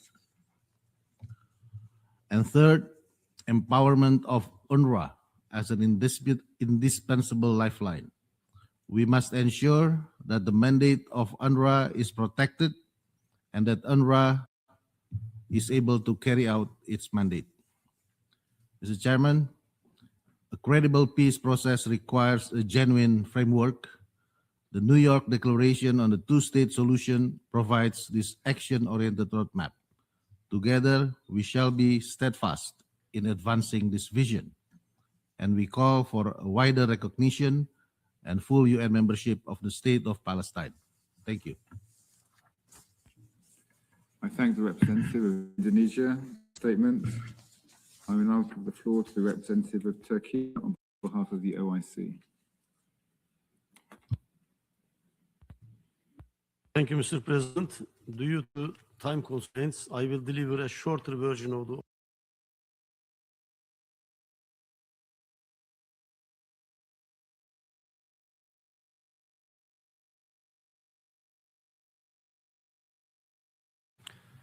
the need for practical measures to resolve the Palestinian question and the crisis in Middle East have become more pressing in view of the broad implications for global peace and security. Devastating war in Gaza and ongoing assaults by Israel as the occupying power on Palestinian people and their rights, land, security, and dignity across occupied Palestine make it a matter of urgency to address the root causes. The Israeli illegal occupation must end. We recall resolutions 2803 and 2334 and many other relevant resolutions addressing the core issues of this prolonged injustice. We call for respect of the ceasefire in Gaza, which is being violated every day by Israel, and for the rigorous implementation of the comprehensive plan to end the Gaza conflict. We commend the overwhelming adoption of the New York Declaration by the General Assembly.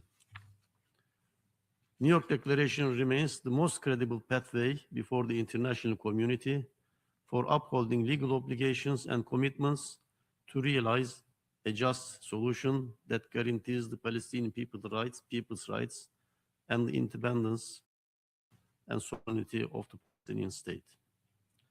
Similarly, the ICJ advisory opinion of 19 July 24 provides a sound juridical basis for an immediate end to the unlawful Israeli occupation on Palestine.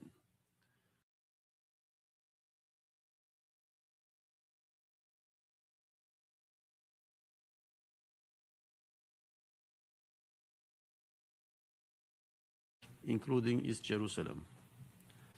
International efforts are needed to end the occupation and support the two-state solution. This includes the commitment to entrust the Palestinian Authority with all matters relating to governance, law enforcement, and security. Our efforts must also ensure that the transitional arrangements in Gaza do not substitute or replace the objective and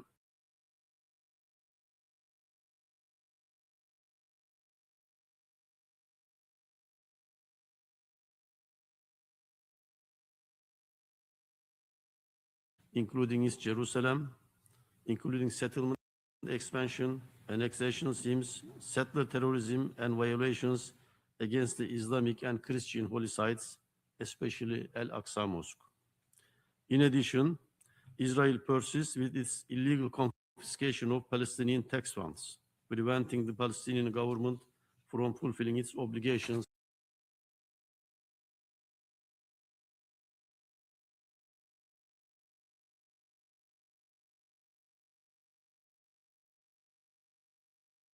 occupying power has no sovereignty over any part of the occupied Palestinian territory, including East Jerusalem.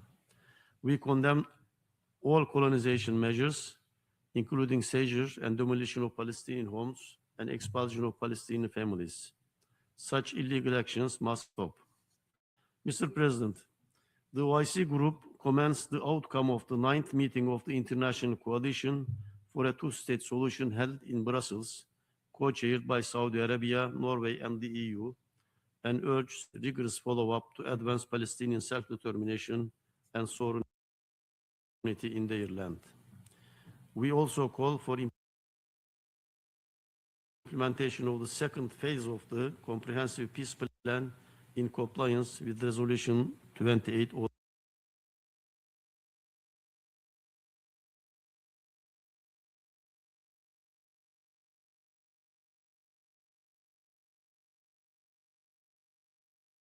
relief mission to besieged Gaza.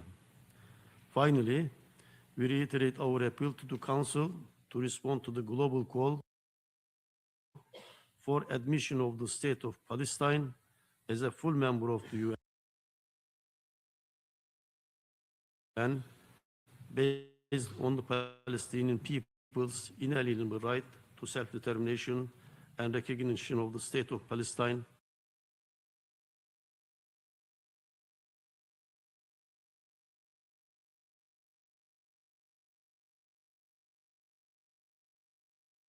Of Turkey for their statement, and I give the floor to the representative of Libya on behalf of the Arab group. Mr. President,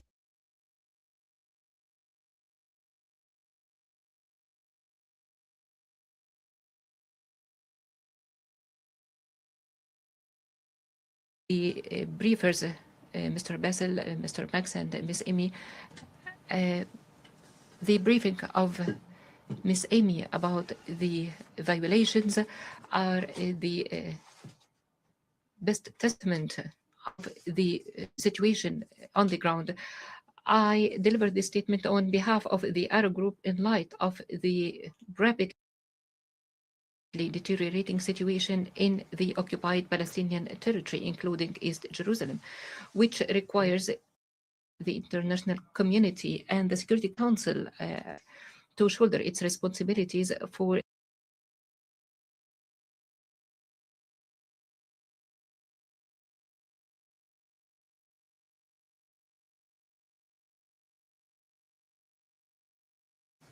by the Israeli occupying forces in the West Bank, including attacks by settlers, which frequently are carried out under the protection of the occupation forces.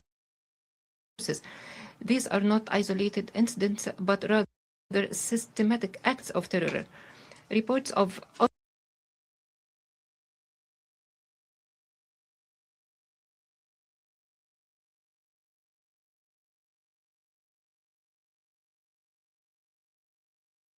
the dangerous acceleration of illegal settlement expansion, particularly the E1 project. This project is an existential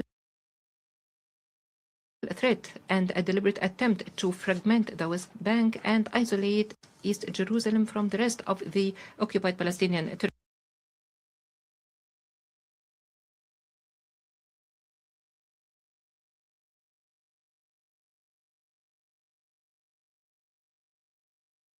Demolitions, disposition of lands, land confiscation, as well as the discriminatory law adopted in the Israeli Knesset.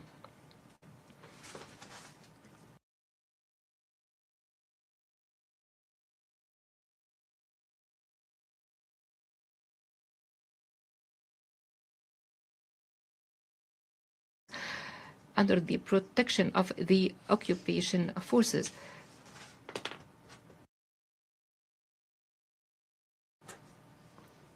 And the imposition of restrictions on the freedom of worship for Muslims and Christians in violation of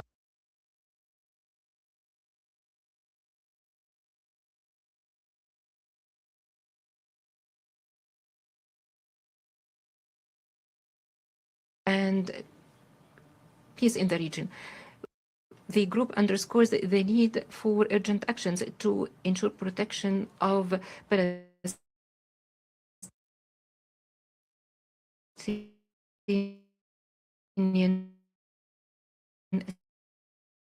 civilians.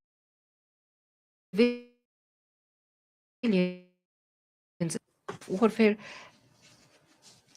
through the restrictions of freedom of movement and access, and the confiscation of the clearance revenues.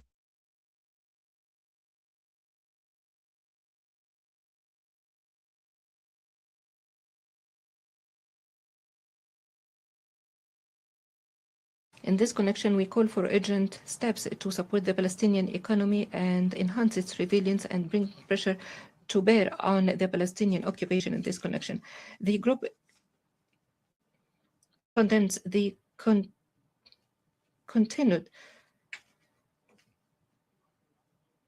measures by the occupation forces by imposing sanctions and the targeting of humanitarian organizations, civil society actors, and UN agencies, in particular UNRWA. And we stress the vital, indispensable role of UNRWA as a lifeline for the Palestinian people.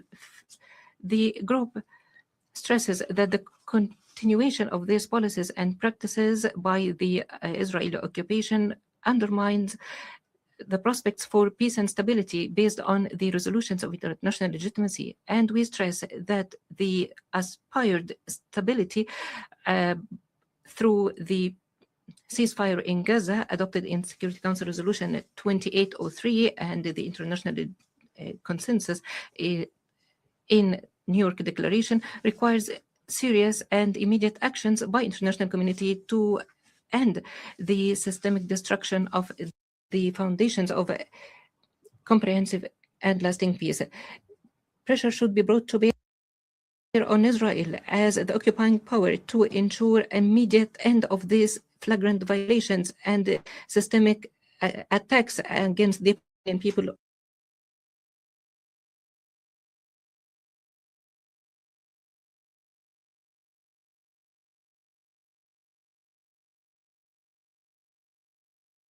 Full delivery of humanitarian assistance without obstructions, and to start the early recovery efforts and ensure the recovery in Gaza and the withdrawal from Gaza.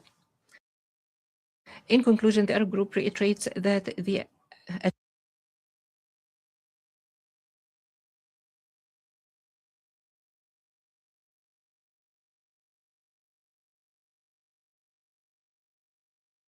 to thank you and all the other European members on the Security Council for convening this Arria meeting. And I have the honor to speak on behalf of the European Union and its 27 member states.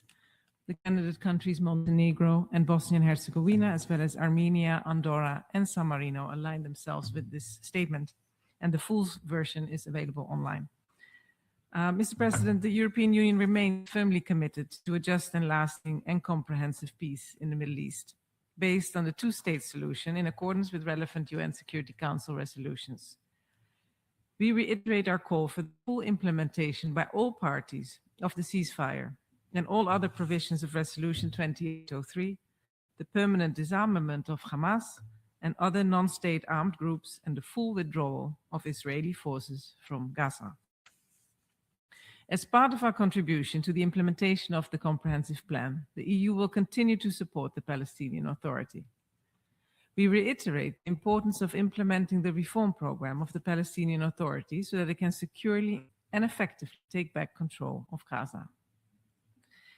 The EU is gravely concerned by the deteriorating situation in the West Bank, including East Jerusalem, notably the sharp increase in settler violence and attacks against Palestinian civilians and critical infrastructure. The EU strongly condemns Israel's unilateral actions aiming to expand its presence in the West Bank, including East Jerusalem, and urges Israel to reverse these decisions, to abide by its obligations to international law, and to protect the Palestinian population of the occupied territories. We call on Israel to take immediate and effective measures to prevent and stop settlers' violence and hold perpetrators accountable. And the EU will take work forward on further restrictive measures against extremist settlers and entities and organizations that support them. Furthermore,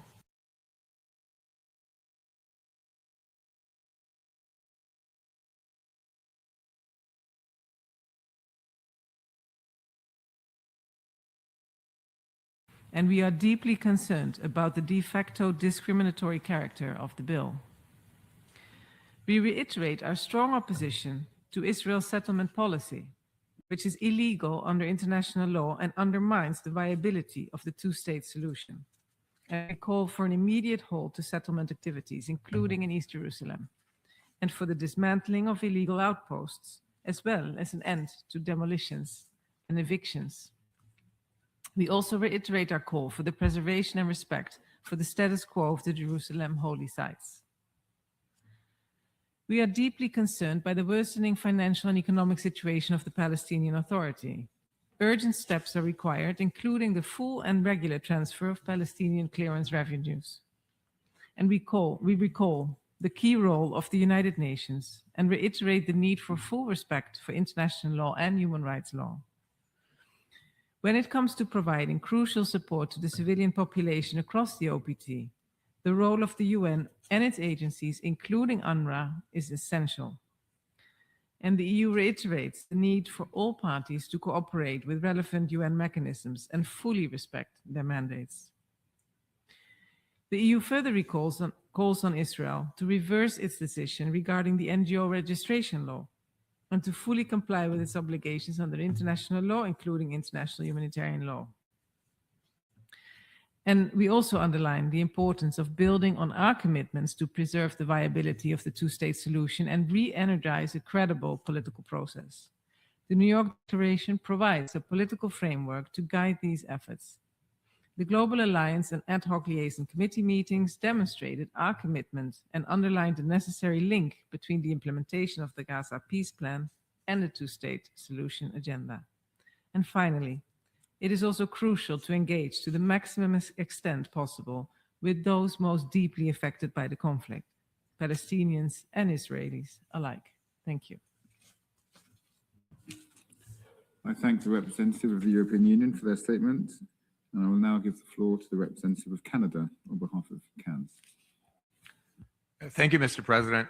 I make this statement on behalf of Australia, New Zealand, and my own country, Canada. CAN's countries thank you for convening the United Nations Security Council Arria-Formula meeting to discuss the deeply concerning situation in the West Bank and East Jerusalem, and we also thank the briefers. CAN's countries remain firmly committed to the goal of a two-state solution to the Israeli-Palestinian conflict. Following the horrors of the Hamas attack on October 7th, which took the lives of nearly 1,200 people, including our citizens, and the subsequent conflict, which has claimed countless civilian lives in Gaza, it is clear that a two-state solution is the only way of ensuring lasting peace, security, and dignity for Israelis and Palestinians alike. As we collectively work to address the dire humanitarian conditions in Gaza, the international community must also maintain focus on the deeply concerning situation in the West Bank, including in East Jerusalem. The increasing pace of settlement expansion and the sharp rise in extremist settler violence continue to undermine the human rights of Palestinians, further destabilize the region, and further entrench a trajectory that makes a two-state solution more difficult to achieve. CAN's countries reiterate that Israeli settlements in the West Bank and in East Jerusalem are illegal under international law. Settlement expansion and Israel-imposed restrictions on movement undermine the territorial contiguity and viability of a Palestinian state and significantly erode prospects for peace. We also call on Israel to reverse its policy of evictions and demolitions that target Palestinians. We reiterate our condemnation of the Israeli Security Cabinet's decisions to expand Israeli control over the West Bank. Such measures, including the government of Israel's reported approval of 34 new settlements in the West Bank and $274 million of budget to build Israeli-only roads connecting settlements and dividing the West Bank, are of deep concern to CAN's countries. We call on Israel to uphold international law and to reverse its policy of settlement expansion. We further reiterate our opposition to any attempts to annex any part of the West Bank and to any forcible displacement of the Palestinian people. We remain alarmed by acts of violence and terror committed by extremist settlers against Palestinians and their property in the West Bank, including in East Jerusalem. We condemn acts of violence, intimidation, and destruction of property, and we call on the Israeli authorities to prevent such actions and hold the perpetrators accountable for their acts.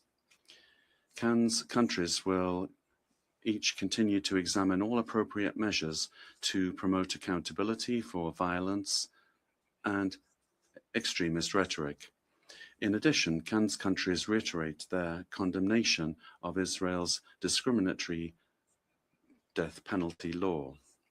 In this context, we also reiterate the need to maintain the status quo at the holy sites in Jerusalem, and we strongly condemn the recent acts of violence and intimidation targeting worshipping religious communities in Jerusalem. Cannes countries reaffirm their support for the Palestinian Authority as an essential partner for peace. Each of our countries will continue to support the Palestinian Authority in implementing essential reforms, including so that it can resume governance in Gaza. Cannes countries welcome the holding of the Palestinian local elections on the 25th of April, which represented an important moment for Palestinian voters, and we look forward to future elections during which Palestinians will once again be able to exercise their democratic rights. Cannes countries will continue to work with international partners, including through the United Nations, in order to protect civilians, to support de-escalation, to promote accountability, and preserve the prospects for a comprehensive, just, and lasting peace. Thank you. I thank the representative of Canada for the statement. Colleagues, that brings us to the end of our speaker list.